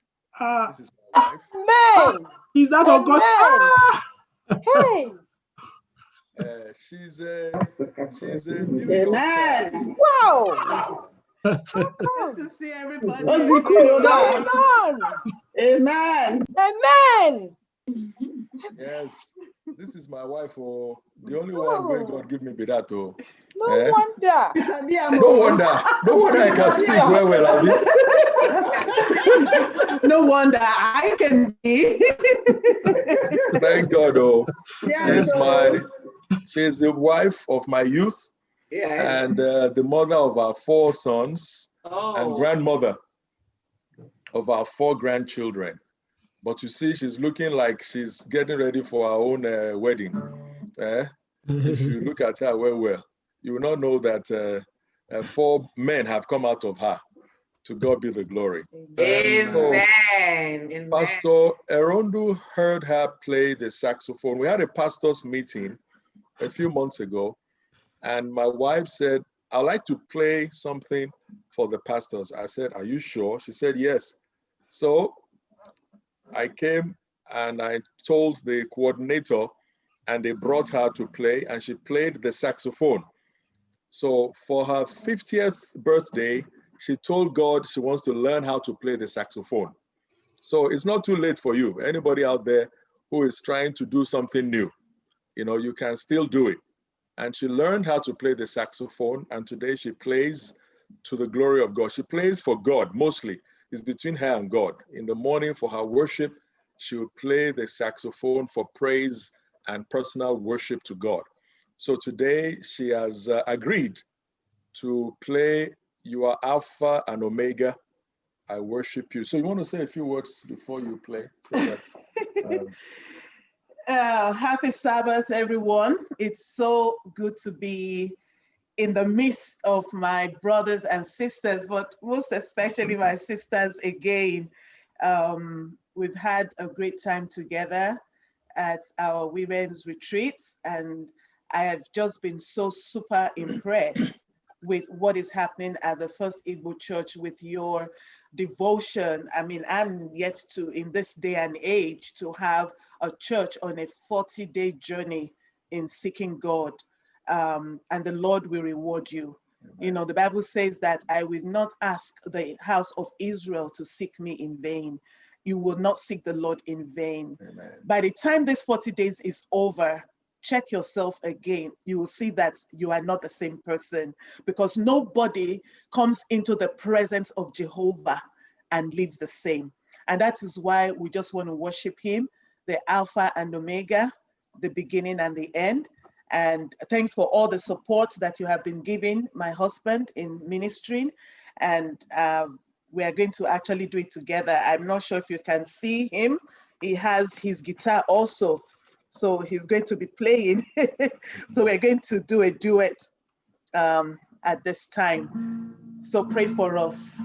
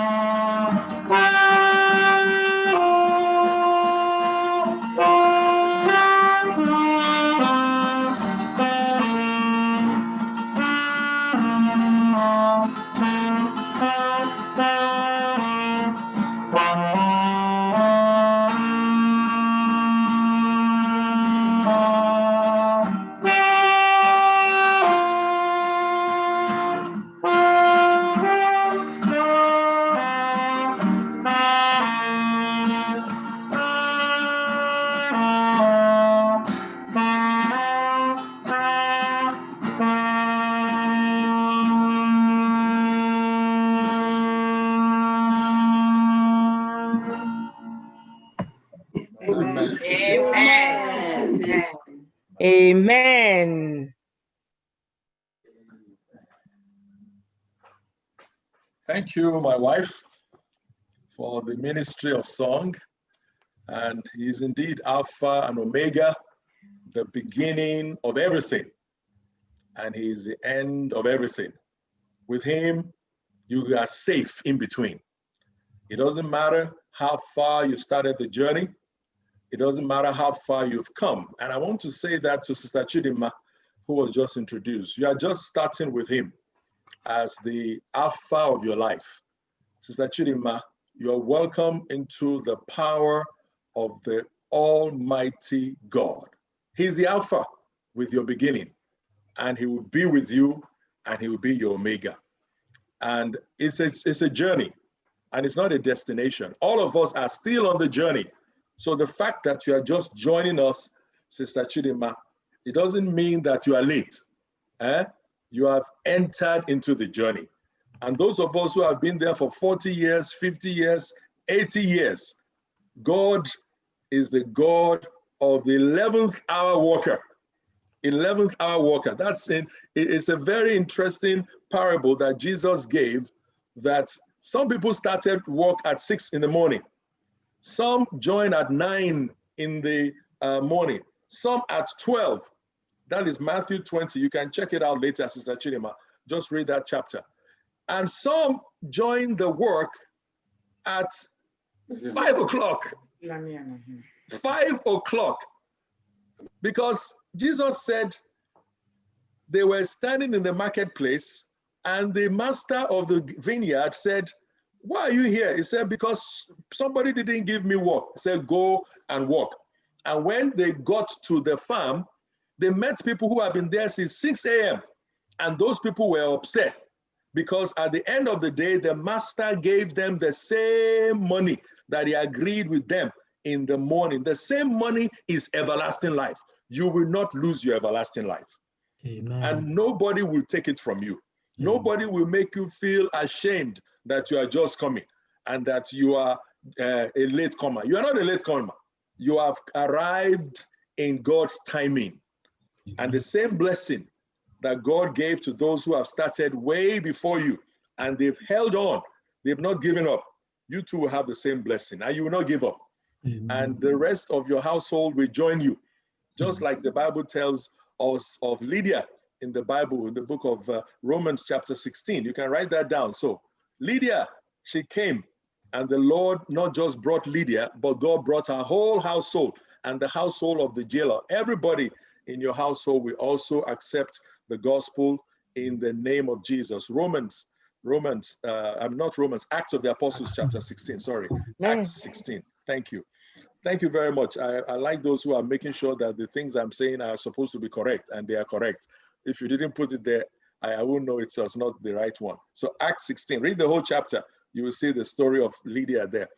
But ladies and gentlemen, let us pray. Heavenly Father, we thank you because you are such an awesome God, faithful throughout the ages, faithful to each of us, faithful in our generations, faithful in our families, faithful in our body, faithful in our spirit, faithful in our soul, faithful over our children, faithful over our husbands, faithful over our wives, faithful in our business, faithful in our community, faithful in our building, in our block.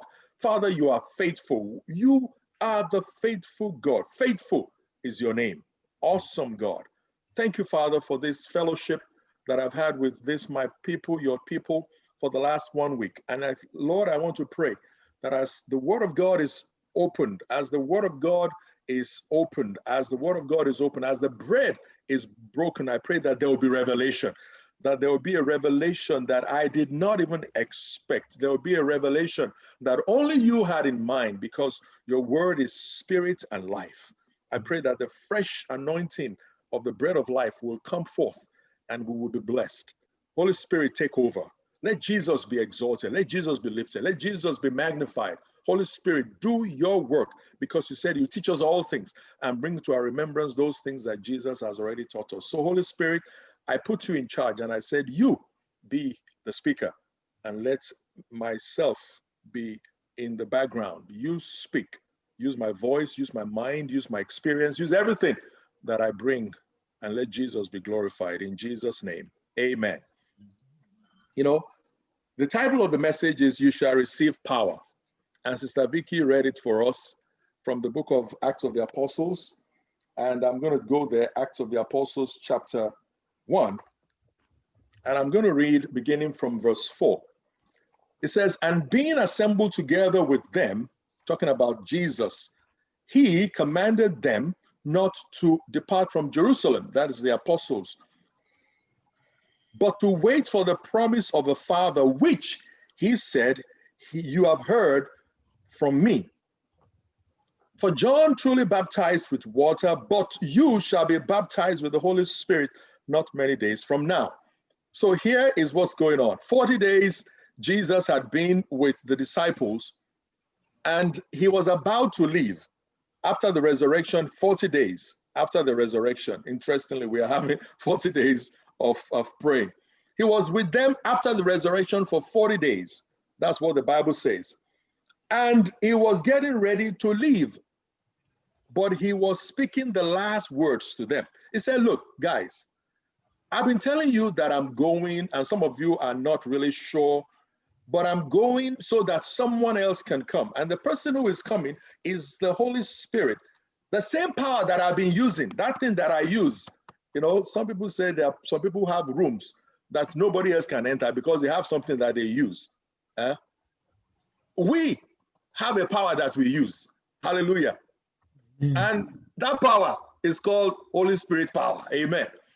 And Jesus was saying the same power that I was using, that was working for me, I want to introduce you to that power. I want to give you that power. I want to hand over that power to you.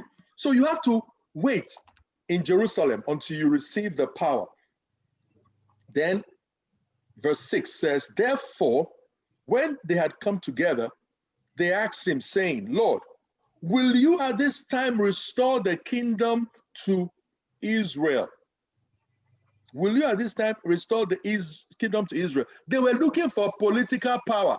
Joe Biden and Donald Trump and all the senators and the reps.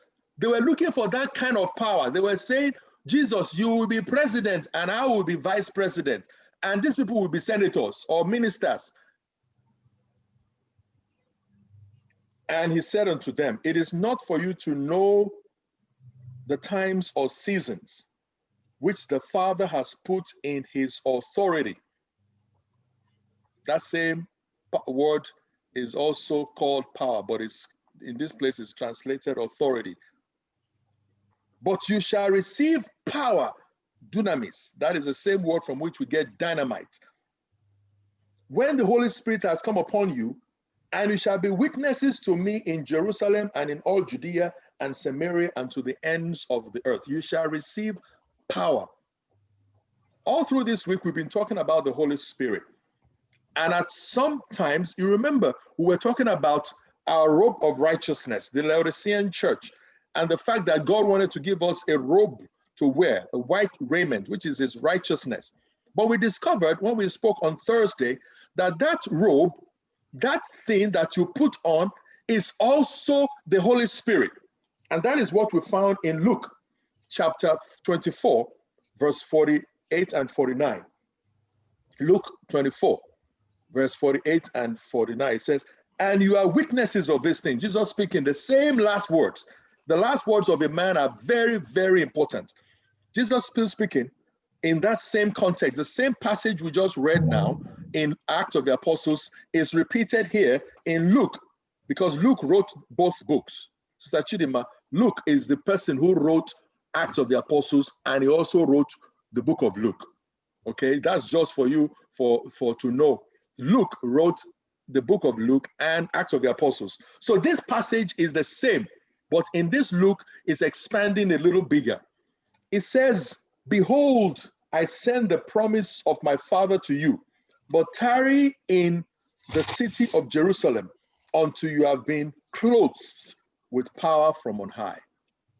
Clothed, endowed, clothed. So the issue of clothing, issue of wearing, and that's why we're saying Jesus in Revelation chapter 16, verse 15, it says, be careful. Don't let somebody take that thing you are wearing from you. That Holy Spirit that you are wearing, that power that you are wearing. You know, in Yoruba land, they have something called Igbadi. That is people of old. I don't know, maybe the Igbos also had it. But when they are going to war, they have a charm cloth that they wear. Does anybody know what I'm talking about? They wear the thing like this. It will have different cowries and different things. The thing is that if you see it, you'll be afraid. You don't even want to go near the thing. They wear it. And when they wear it, they have those evil powers. Okay, there's a story that I'm not going to tell now, but it's a story about something somebody wore and went to battle. And when something happened in battle, the person showed up at home. Okay, that is the power of the devilish type. But Jesus is speaking here. He said, you will be clothed with the Holy Spirit and you will be clothed with power.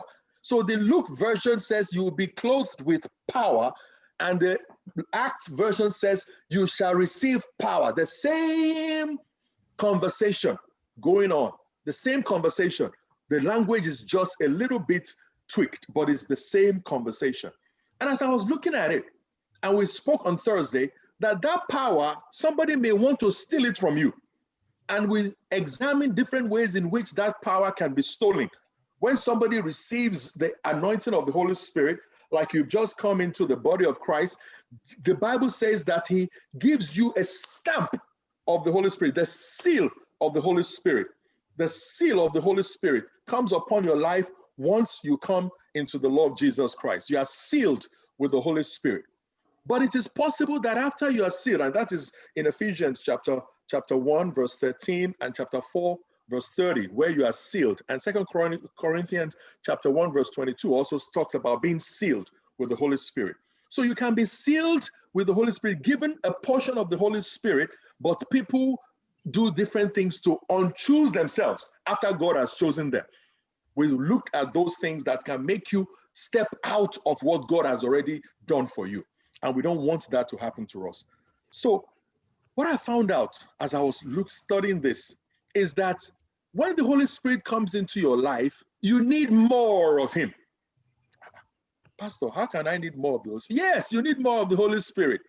You need more and infilling. That's why it says there's an outpouring, but there is an infilling. Because when you have the Holy Spirit upon you, or you are sealed with the Holy Spirit, you need to refresh and renew, because that power is a power for everyday living. Remember, I said something, that the greatest need of God is to be needed. When you don't need God anymore, then God doesn't need you.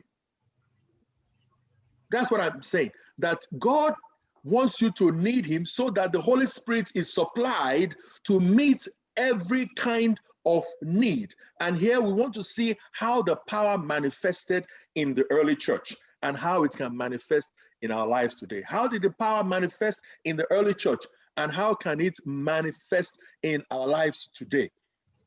In the book of Acts, chapter 2, verse 1 to 4, we see when the Holy Spirit came down with power. It says, and on the day of Pentecost, they were all gathered in the same place under the same roof, and then there came a mighty rushing wind. That was in answer to that prayer that Jesus had prayed for them, that the Holy Spirit will come with power. So the Holy Spirit came with force. Whew. But you would have thought that that was the first time they were receiving a portion of the Holy Spirit. No. If you go to John chapter 20, verse 20 and 21, you will see that something already happened there. Receiving the Holy Spirit came in different installments, and you too need the installments of the Holy Spirit. There's a fullness and there are installments. Verse 19 of chapter 20 of the book of John. Then the same day at evening, being the first day of the week, when the doors were shut where the disciples were assembled for fear of the Jews, Jesus came and stood in the midst of them and said to them, "Peace be with you." When he had said this, he showed them his hands and his side. Then the disciples were glad when they saw the Lord. So the Lord said, Jesus said again, "Peace be unto you. As the Father has sent me, so I send you." And when he has said this, he did what? He breathed on them and said to them, "Receive the Holy Spirit. If you forgive the sins of any, then they are forgiven them. They are forgiven them. If you retain the sins of any, they are retained."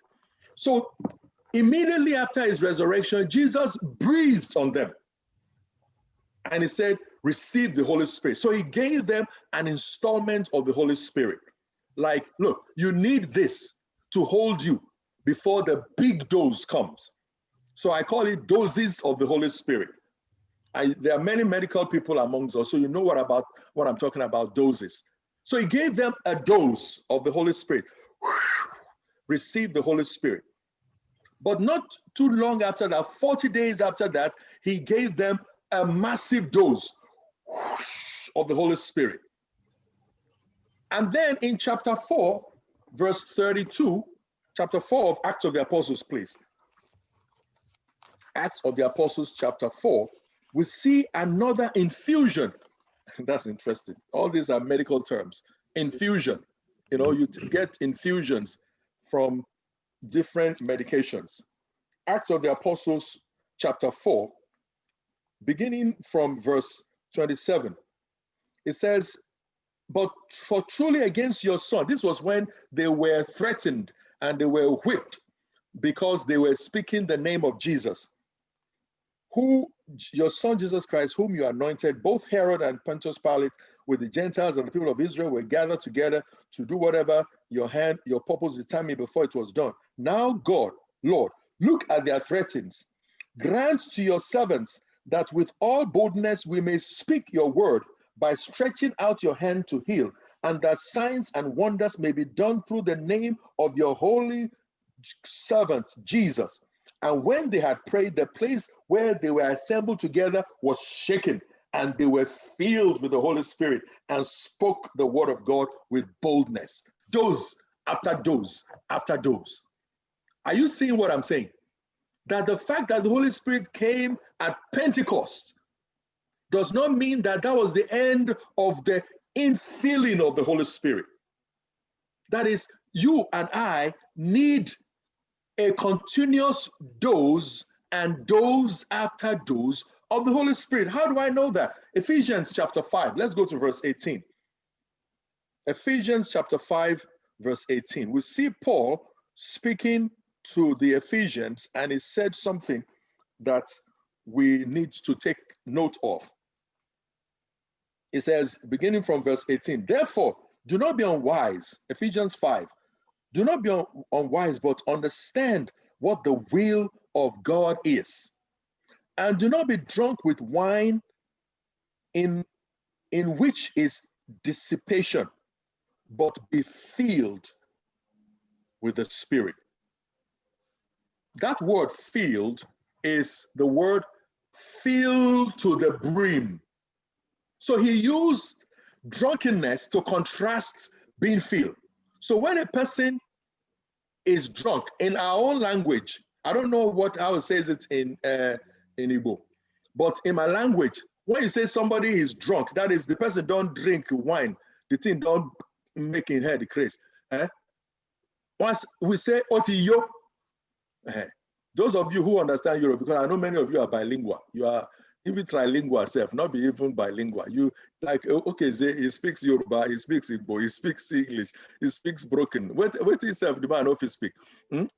So in Otiyo, you put Otiyo means that he is full. He is full. That is, and that is what Paul is saying, is that being filled with the Holy Spirit is like being drunk. And I don't want you to misunderstand what I'm saying. It's like being full to the brim. You know, I had a very interesting experience. I don't know if my wife has even heard this story. When I was 10 years old, there was a naming ceremony in our compound. You know, Yorubas, we do naming ceremony. And they had palm wine. There was palm wine. It was just put at the side like this. And people were drinking. And me too. As a small boy now, it was free palm wine. And I was drinking. The thing was sweet. I was drinking. And I became drunk. The only way I realized it was that something happened to me. I just fell under the table tennis that my father has in our compound. And I slept. And I slept for a long time. So that was my first encounter with wine. That thing can take over your body. And here Paul was saying, be filled So he said, you understand what wine does to a person. So he's using something they understand to explain something they need to get. He said, you need this Holy Spirit to take over your life and fill you to the brim. So we cannot afford not to be filled. And that was why Jesus was saying, you need to wait in Jerusalem until you are filled, you are baptized with the Holy Spirit. And this Holy Spirit is power. And you ask me, Pastor, how is this power? What is the essence of the power? How did the power manifest for them? And I listed a few, and I hope you'll be following me. And Brother Namdi, you'll be following me. One thing I noticed that when Jesus breathed on them, he gave them the power of obedience. The power of obedience. Because before this time, these people were doing as they liked. Peter was doing as he liked. He took off. He went to go fishing and he left the thing. And Jesus had to pull him back. And the power of the Holy Spirit gave them the power of obedience to be able to sit down. Use their bomb to sit down. Because Peter was going to fish, chapter 21. He says, I'm going out fishing. And he carried 6 people along with him. And that night, how many things did they catch? Nothing. They didn't catch anything because they were out of line. He told them, wait, but they were not willing to wait. So the power of obedience, because sometimes you'll be wondering, how can I do these things? It can only be by the power of the Holy Spirit. Ladies and gentlemen, the power to obey comes from the Holy Spirit. It's not by power nor by might, but by my spirit, says the Lord. So when you see something that is important for you to do, the power to even obey and do it comes from the Holy Spirit. And that is why in Isaiah chapter 11, verse 1 to 2, it says, and the Spirit of the Lord will come upon him, the Spirit of understanding, the Spirit of wisdom and understanding, the Spirit of counsel and might, the Spirit of knowledge and of the fear of the Lord. So the might to do the good, the power to do what is right comes from the Holy Spirit. None of us have it. And if you think you have it, then you are saying, God, I don't need you. I can figure this out myself. So the first thing I noticed, the power that the Holy Spirit gave them was the power to obey. And that was the first dose of the Spirit, or not the main dose. The first dose that he breathed on them gave them the power to sit down and wait. And then it gave them the power of unity. That same dose, that first dose, gave them the power of unity. How do I know that? In chapter 1, verse 15 and onward, it tells us that it's from chapter 13 to 15. Chapter 1, verse 13 to 15, they sat down together in one accord. So the power for unity comes from the Holy Spirit. So when you see that there's this unity coming in the church, something is happening in your family, and you're beginning to have unnecessary arguments and fighting, we need the power for unity. And the power for unity comes from the Holy Spirit. Psalm 133, it says, behold how sweet and pleasant for brethren to dwell together in unity. It's like the oil that's poured on the head of Aaron that falls to the skirts of his garment. And it's like the blessing that God brings from Mount Hermon, blessings, even life forevermore. So the power for obedience, the power for unity comes from the breath of the Holy Spirit. And we need the Holy Spirit to be able to receive those two powers. But the Bible tells us that after they were filled with that huge dose at Pentecost, they received another kind of power. They received the power for preaching the gospel.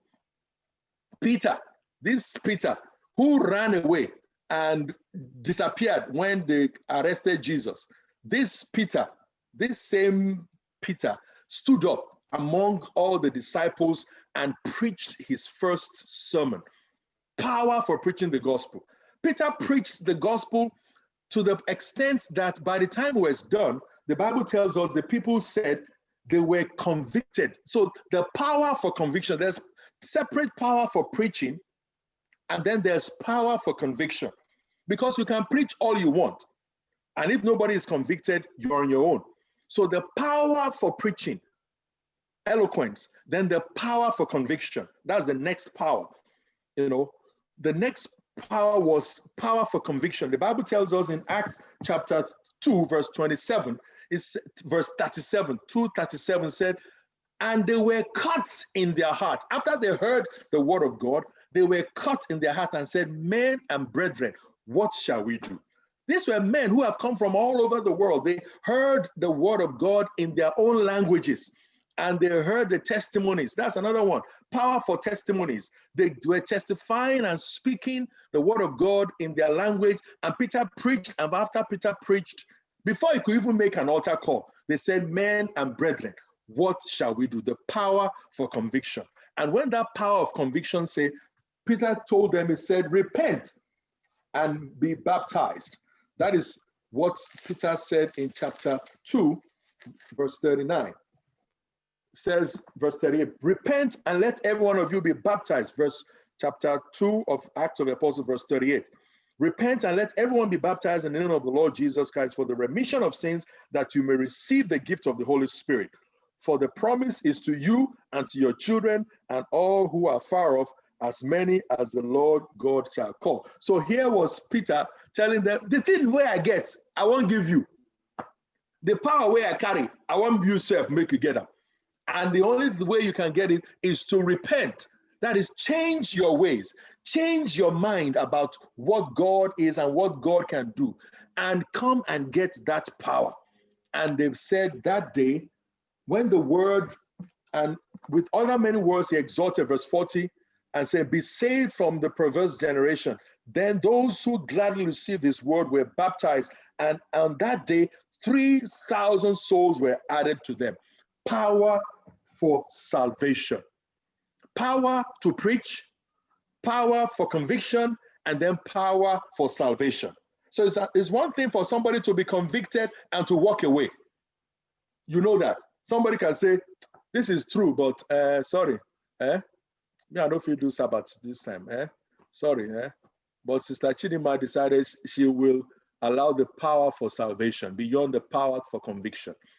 You know, so what God is doing is helping us see that there are different stages and dimensions of power. It's not only political power, because that's all they were thinking about. How can I be popular? How can I be the best? How can I look big? How can I have money? Jesus said, no. That is not what I'm talking about. I'm talking about different levels of power that you can have that will change your life and change the life of others around you. Are you getting it? The power of the Holy Spirit is available, as was then, is available today. And then it says power to share their possession. By verse 46 of chapter 2, they were sharing their possession. They were not even afraid that they will not have any more. Everybody was bringing what they had, and they were sharing. They were sharing, and people were being added to them. Power to share, power to say, look, Bro Berry, well, what do you have? Oh, you know, I have 2 cars. Hey, this brother just came from Nigeria. He doesn't have a car. Okay, I'll let him use my car for until he is able to stand on his feet. Abi, is that not how we do it?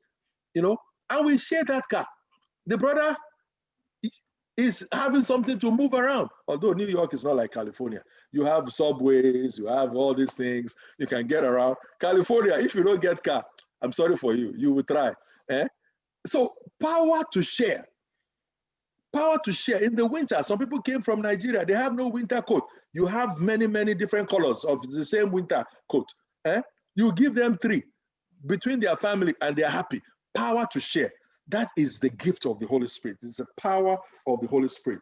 And then it goes on to say power to heal the sick. I'm so excited.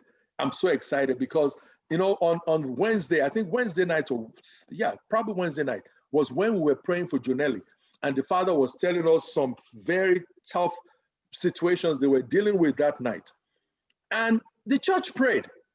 The church prayed together, and that night was a rough night. Even the morning was rough.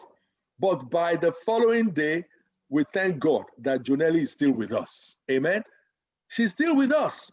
God intervened and gave her her life and the process of the healing, we know God who started it will perfect it. Because in Acts chapter 3, we see that after they received this power and people were being converted, they were going to the temple as normal. They didn't even know they carried something. Hallelujah.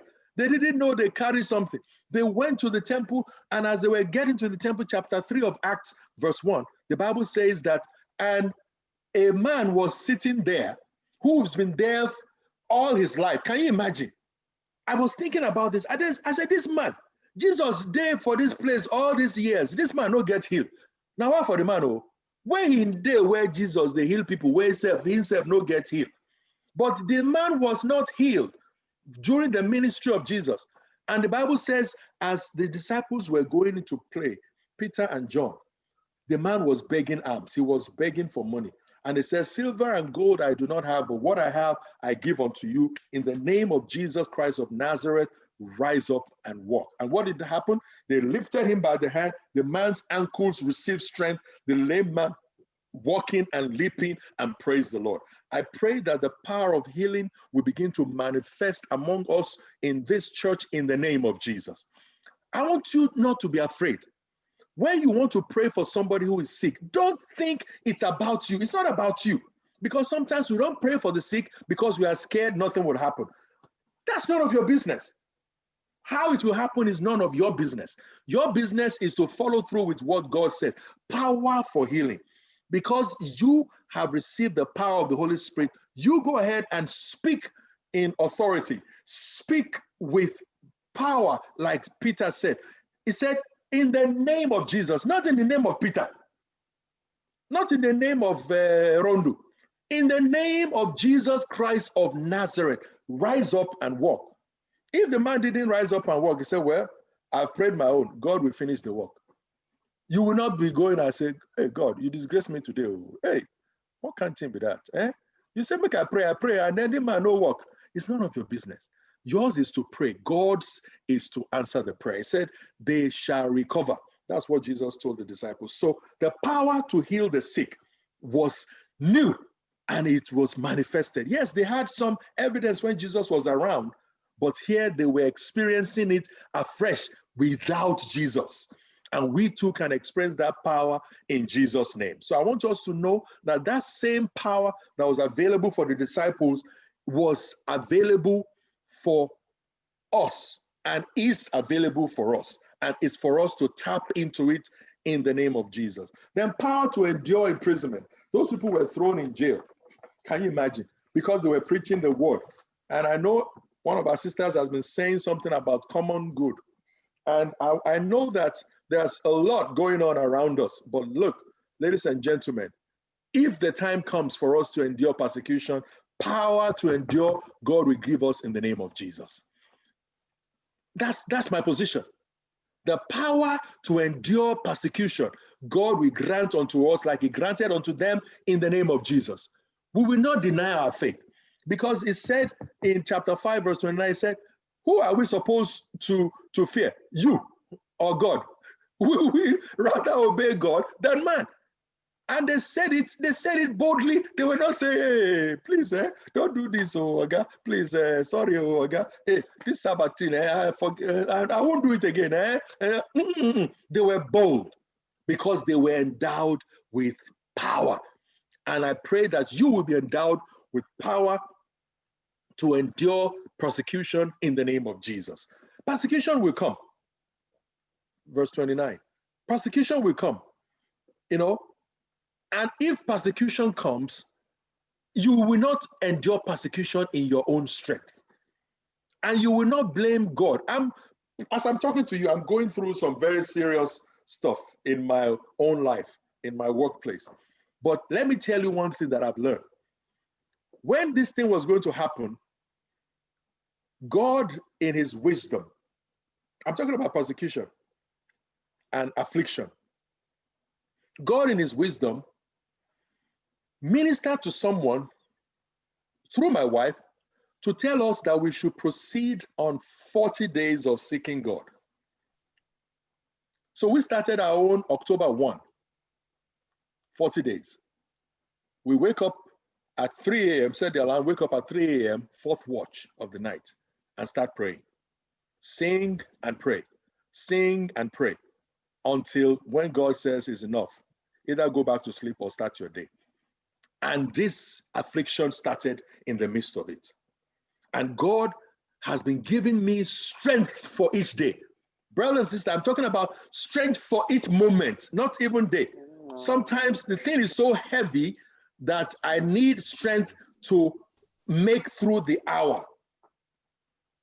And you will receive that same power in the name of Jesus.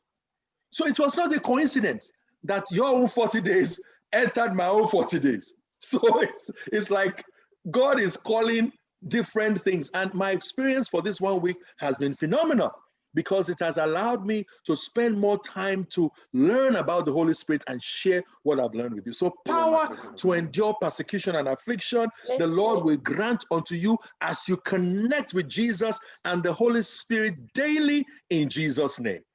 And I'm moving quickly because I know our time is fast spent. Power to endure persecution, power to be bold. They were bold. They were not educated, but they were bold. They were not saying because they didn't go to school. The disciples did not go to school. They didn't go to anybody's school, but they were bold. And the Pharisees saw that these people are bold. Oh, yes, they have been with Jesus. When you are with Jesus, you will be bold, and nobody will be able to intimidate you. That's what happened to them. Peter was no longer intimidated. Oga, you won't flog me. Oga, flog me now. Eh? Are you finished? Let me go and preach the gospel. And they went to preach. And then they put them in prison again. And the next time, the Bible says God sent an angel, opened the prison, and told them to go and stand outside. And they were preaching. And the people came. They were looking for people in prison, but the people in the prison are already outside preaching. God will give you victory over every imprisonment, over every affliction, over every persecution in the name of Jesus. Everywhere they are persecuting you or afflicting you, God will give you victory, and he will give you the power for boldness to be able to preach the gospel wherever you find yourself in the name of Jesus. Power to see through fraud.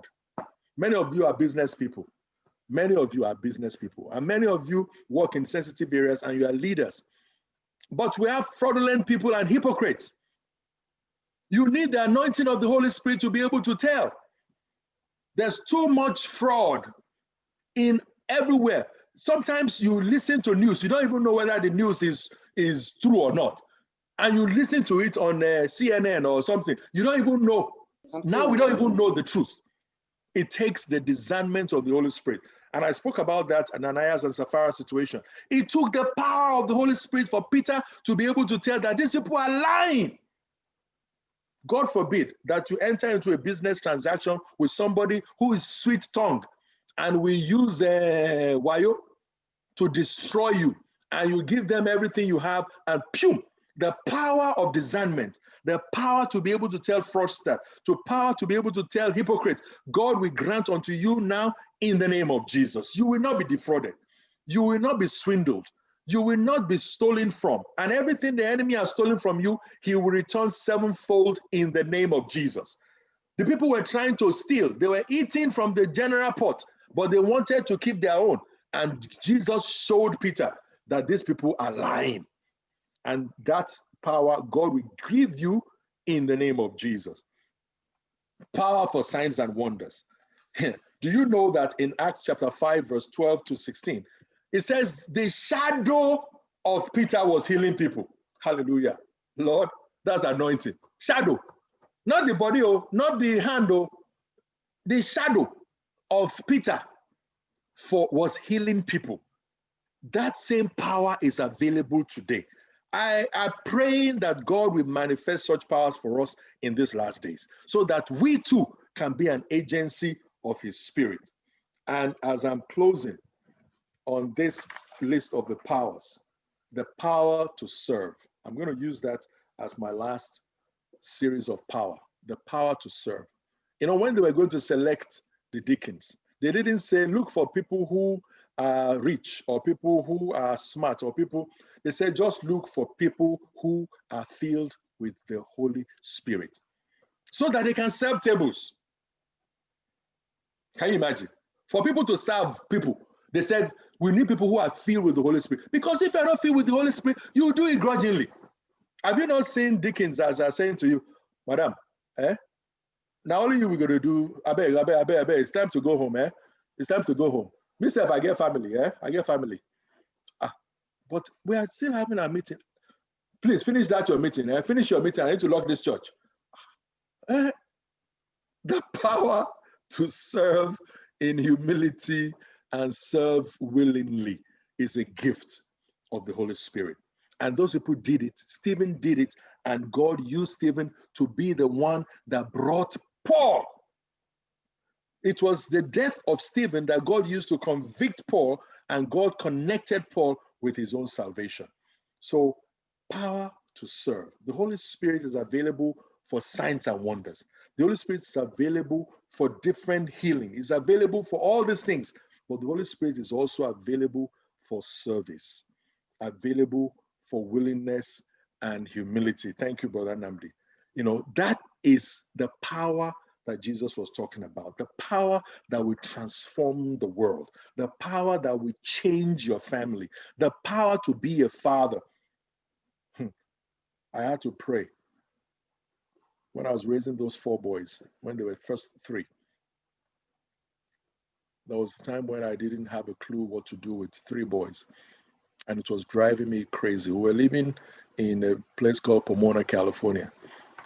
And one day, my son did something, and I hit him. Yes, I confess. And when I did, it struck me that, Dele, you've lost control. Because to discipline a child is different from hitting a child. I hope you understand what I'm saying. When you discipline a child, you give them consequences for what they've done wrong. But when you hit a child out of anger, it's because you have lost control. You are using your frustration and you're passing it into the child. And I had to go on my knees and ask the Holy Spirit, Holy Spirit, teach me, because I've lost control. And the power of the Holy Spirit came upon my life. What are the ways that the Holy Spirit comes to help us? How? Through prayer. I had to go on my knees and pray. I said, Holy Spirit, I need help so that I will not break these children. Sometimes, instead of disciplining children, we domesticate them. Parents, don't domesticate your children. Discipline them in the way of the Lord. Domestication is you break them. You break them. You break them such that they have no will. They have no gumption. They cannot be. They are a shadow of you.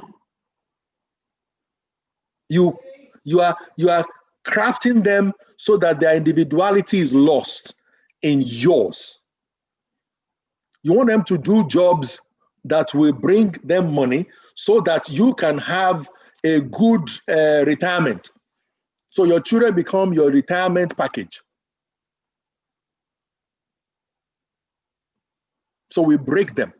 They say, Mommy, that's not what I want to do. No. In this country, in this place, this is what you are going to do. And if you don't do it, I disown you. And the child is like, okay, I don't want to be disowned. I don't want to try by myself.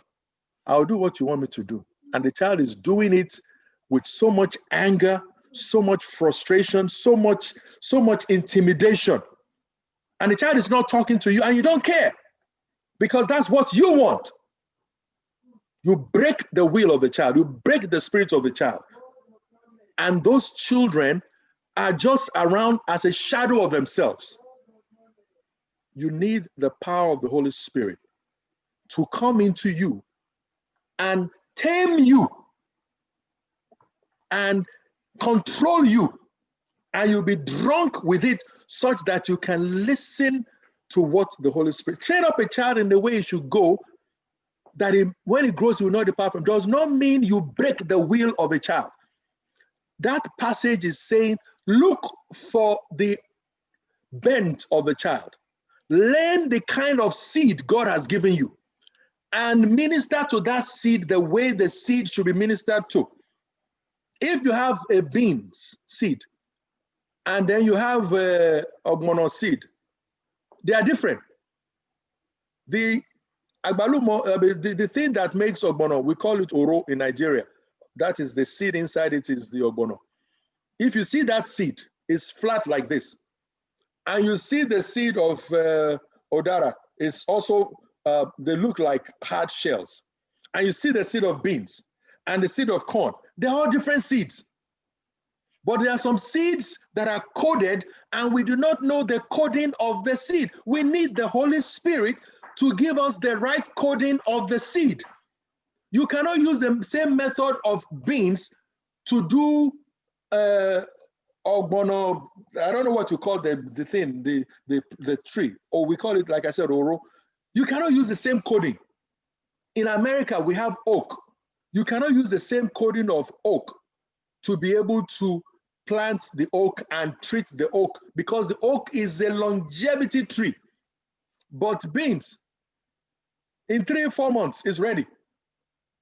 So what God is saying is that for our parenting, we need power of the Holy Spirit. And we need to ask God for that power. God, what is the code of this child? That was what the parents of Samson asked. He said, what will be the manner of life of this child and the coding of his life? And that's what we need to ask God for each of our children. And if we've done it wrong, God is still available to help us do it right and to apologize to our children. I don't know why I'm spending much time on this children's thing, but I'm saying to you that the power to raise up children that will honor God and not reject the God of their fathers comes from the Holy Spirit. That the God of our fathers will be a God that is giving us power to minister to the life of our children. Minister to the life of our children. So prayer is critical. Prayer, praying to God and asking him for his own direction is the critical factor. And then the word of God. Spend time in the word of God. What we're doing these days, like I said, we wake up at 3, we meditate in prayer and song and in the word of God. And God gives us a word of revelation. Because in John chapter 6, verse 63, it says, the spirit giveth life, the flesh profited nothing. The words that I've spoken unto you, they are flesh, they are spirit, and they are life. The word of God is spirit and life. So when you spend time meditating on the word of God, Jesus Christ, the word of God, becomes flesh and dwells inside of you. And the spirit manifests in your life. So how do you get the power and to be refilled with the Holy Spirit? First, prayer. Second, the word of God. Spend time in prayer.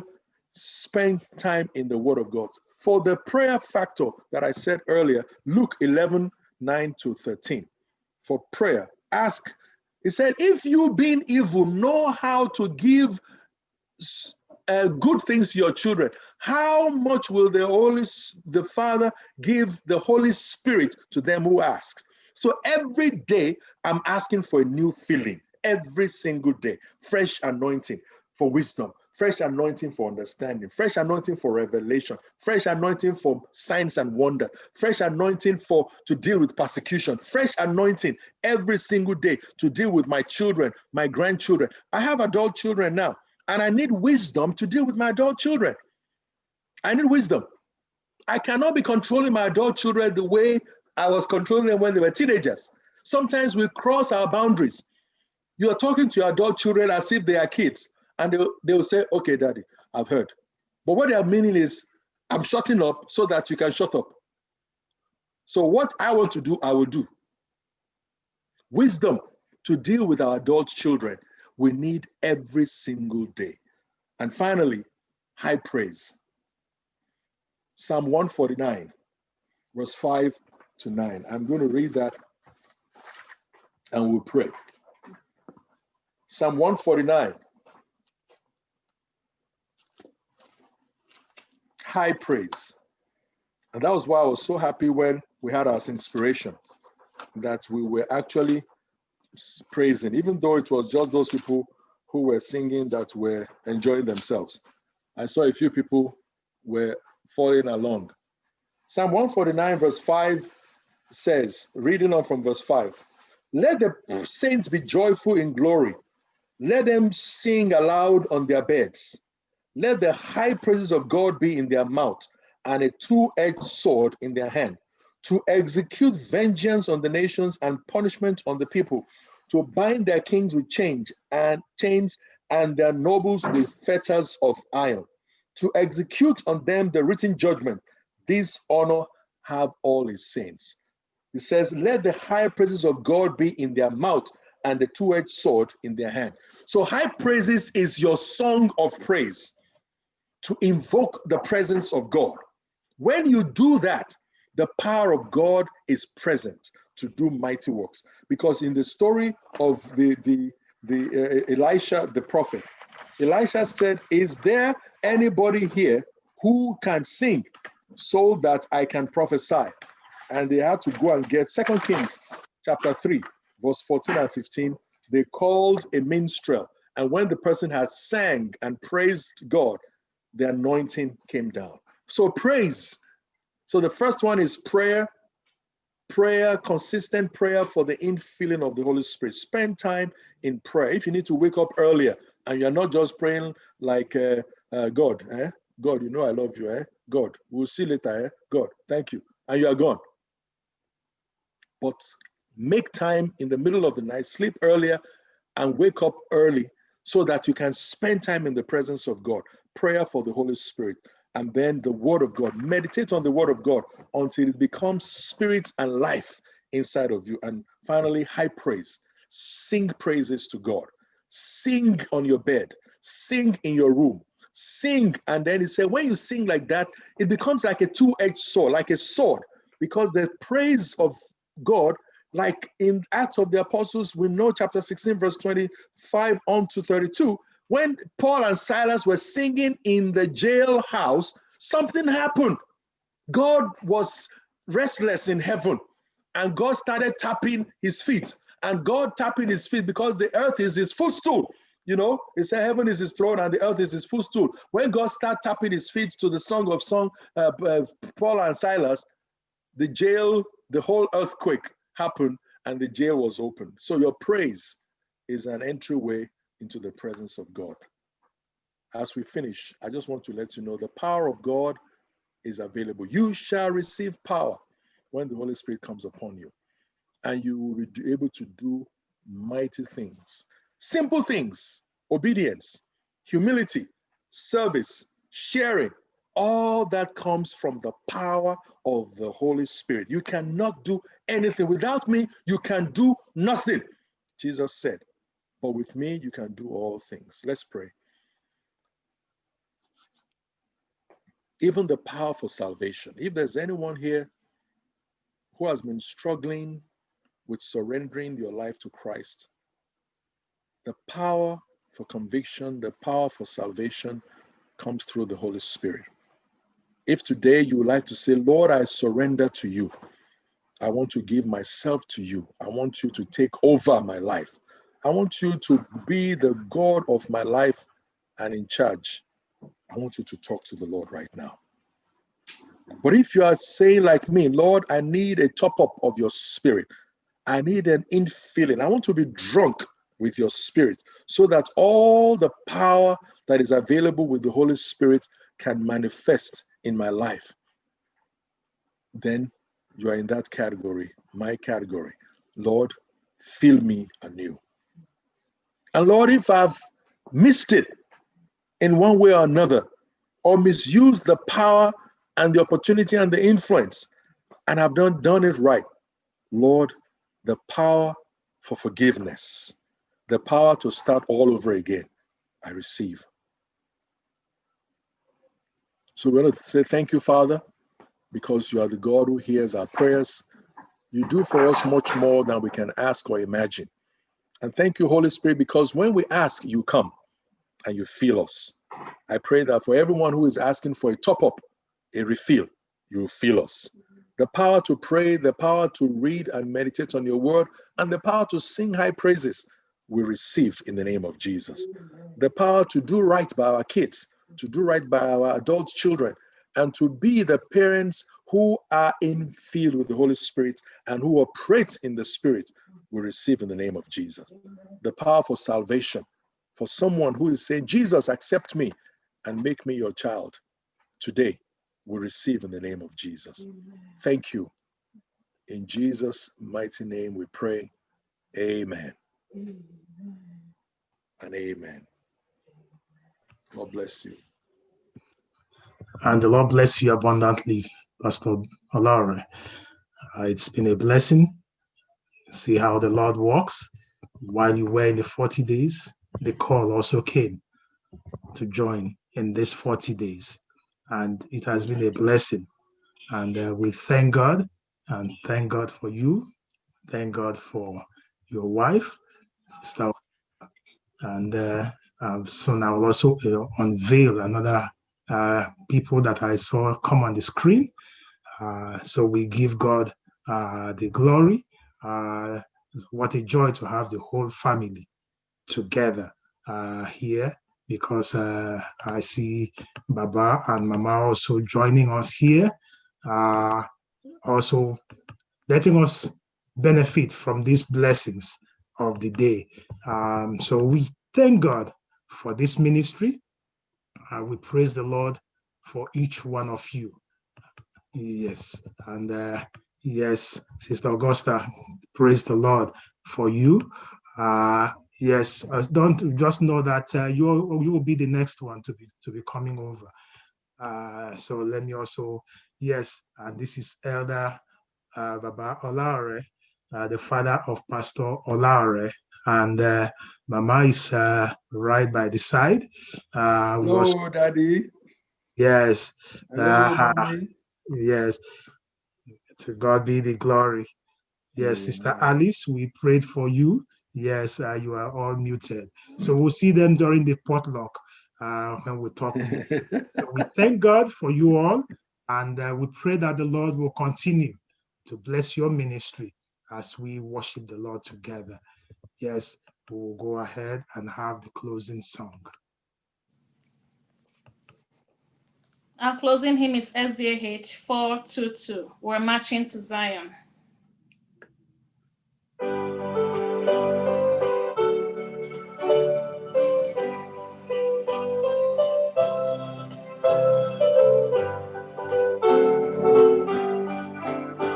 Come we that love the Lord, and let our joy be known.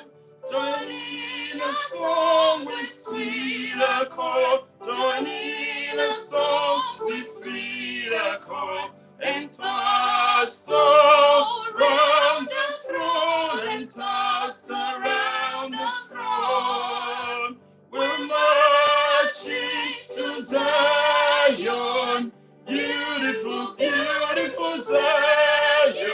We're marching upward to Zion, the beautiful city of God.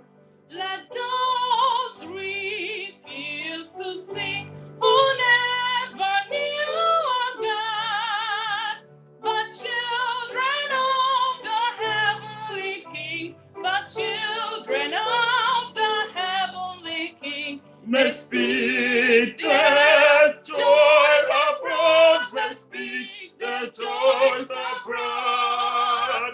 We're marching to Zion, beautiful, beautiful Zion. We're marching upward to Zion, the beautiful city of God. The hills of Zion give 1,000 sacred sweet.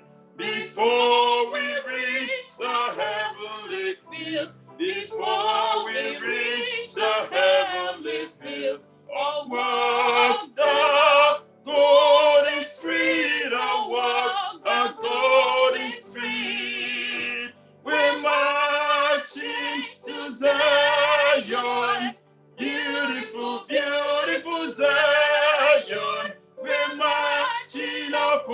Zion, the beautiful city of God. Then let our songs about and every tear be dried. We're marching through Emmanuel's ground. We're marching through Emmanuel's ground to Pharaoh, once on high, to Pharaoh, once on high. We're marching to Zion, beautiful, beautiful Zion. We're marching upward to Zion, the beautiful city of God. We're marching to Zion, beautiful, beautiful Zion. We're marching upward to Zion, the beautiful city of God.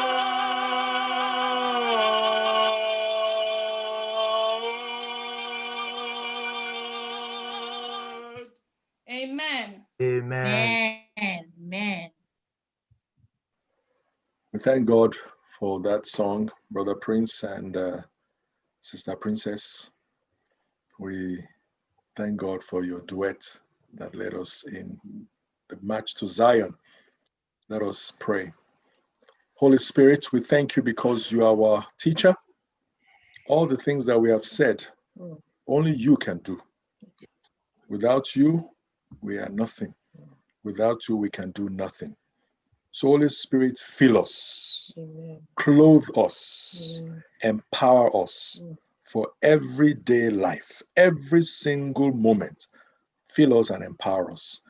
And that none of us will be overwhelmed, or we will relax in you, knowing that with you, it is possible. If you did it for the apostles, you will do it for us today. We receive it by faith. Thank you. Bless all the members of the FirstIgbo Church and everybody attending from all over the world, in the UK, in Nigeria, in United Arab Emirates, all over the world. Father, may you bless everyone today. In Jesus' name we pray. Amen. Amen. Amen. I wait for Lord in my Savior, wheresoever my Lord may be. Well, thou goest, I will follow. Yes, my Lord, I'll follow thee. I will follow, Lord, my Savior. Thou shalt thy blood for me, and all men should forsake thee. By thy grace I'll follow thee. Amen. This is your moment with the Lord. The message has gone forth. Receive power. Holy Spirit is come upon you. What is that in between you and the Lord? This is your time now to lay that at the foot of the cross. For me now. What that you and the Lord one-on-one just talk at this time? And what is that you're also asking to receive today? Lay that at the cross. God, Let me plug smoke. I have USB. Saints of God, talk to the Lord now. You and the Lord one-on-one.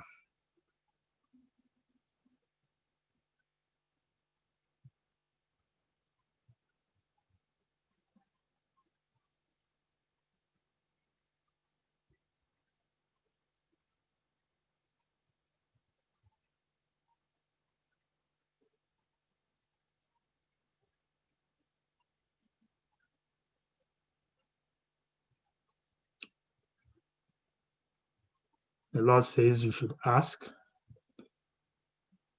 you should seek, you should knock.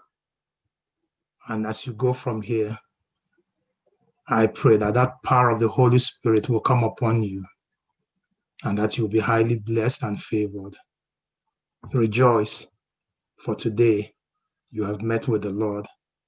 So go forth now in newness of life, knowing that whatever you brought, whatever that burden, heaven has taken care of it. So go forth. The Lord bless you. The Lord keep you. The Lord make his face to shine upon you and be gracious unto you now and forever. Amen. Rejoice in the Lord. Amen. Your best is yet to come. We will go over to our potluck. We thank God for all our guests who are here. I thank the Lord for each one of you. I praise the Lord for you. Pastor Larry, what a blessing to have you with Sister Augusta. Where is she? She left.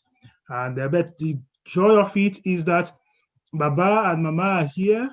Elder Emmanuel Olare and Sister Mama Alice Olare. Akinyo Ekabo.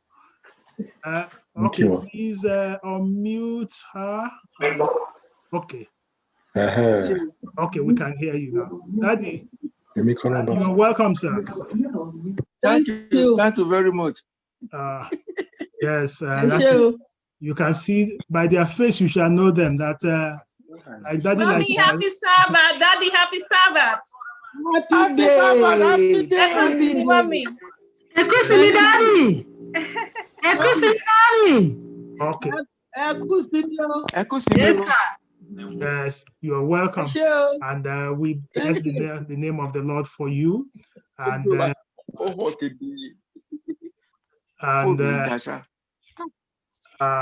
So thank God for every other one who is on the screen with us here. Let's all our guests from every part of the world. We also thank you for joining us. Those on YouTube, we thank you. Those on Facebook, we also welcome you and thank you for choosing FirstIgbo Church as your place of worship today. And to our home church, to our members here, I also thank you. I'm trying to get this face UO. Okay, that is that is my sister here. Sister Oloma Okezie. Okay. Oloma, thank you so much for joining us. Pastor Dere! Yes, you can still speak that. Oloma. Yes,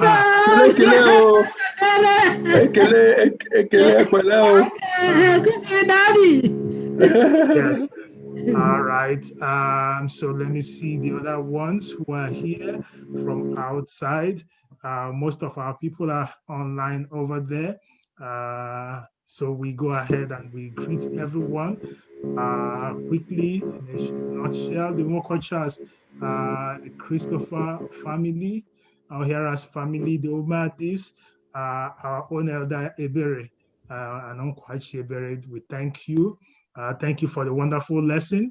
I know Galaxy A10, that is Elder Mosu. We thank you so much for joining us. The Umadis, Ike, it's always a joy to have you. So come again. Sister Fanny, we praise the Lord for you. Elder Riako, thank you so much for all the transcript you are producing. Sister Wampa, Cecilia Wampa, thank you. Yes, what a joy to have you. Sister Gold, thank you so much. And there's Brother Ibere, thank you both for your ministry. Elder Chikamo, we greet you. Thank you so much.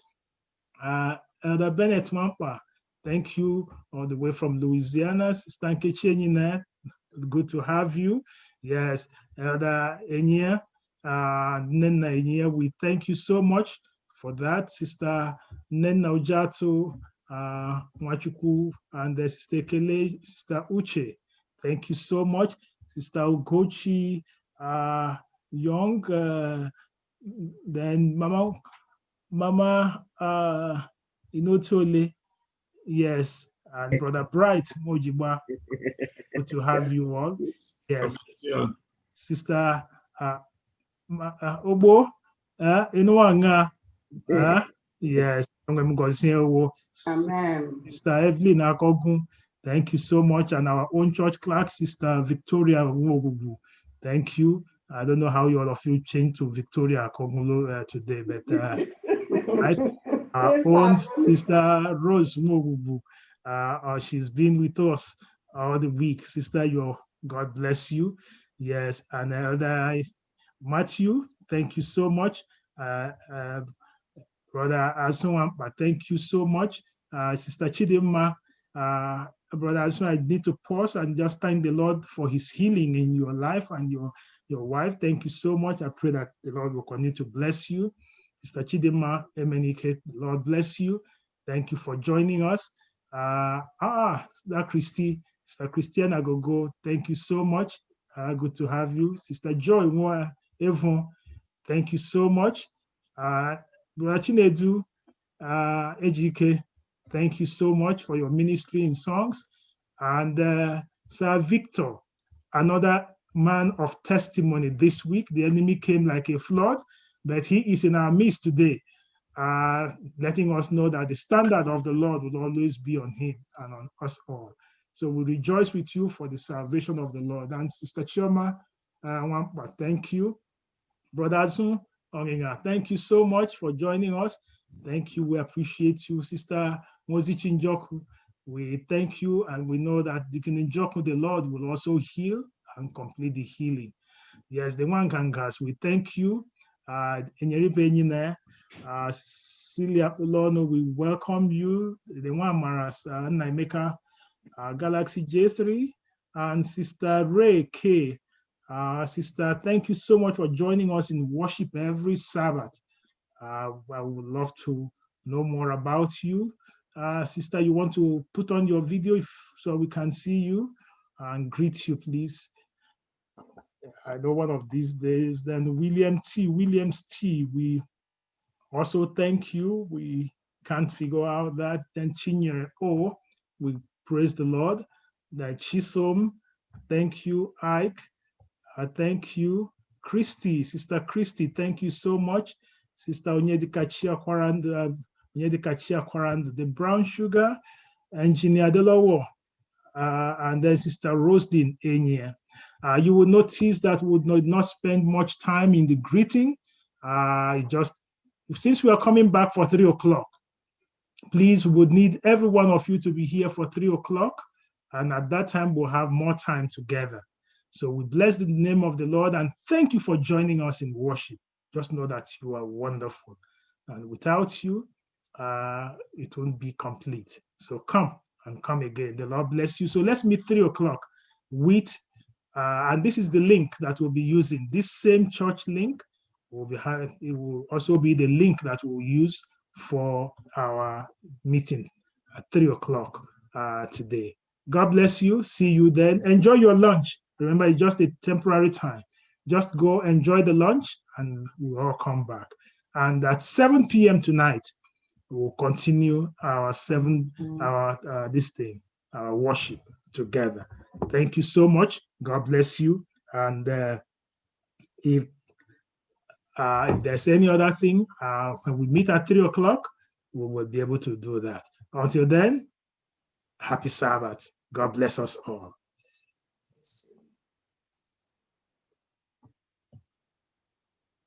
You can unmute and just greet, but let's come back at 3 o'clock.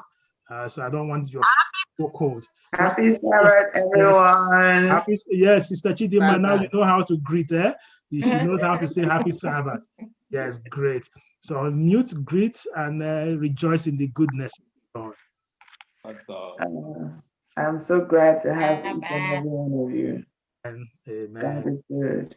All the time.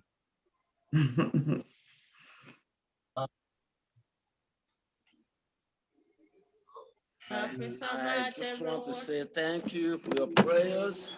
Our God has been wonderful.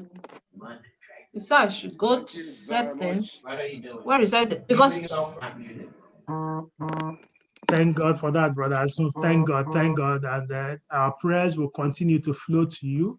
Yeah, I want to get the. Yes. Thank you. Yes, Thank until the Lord perfects, completes that which He has started in your life. Keep holding on. He will not leave you.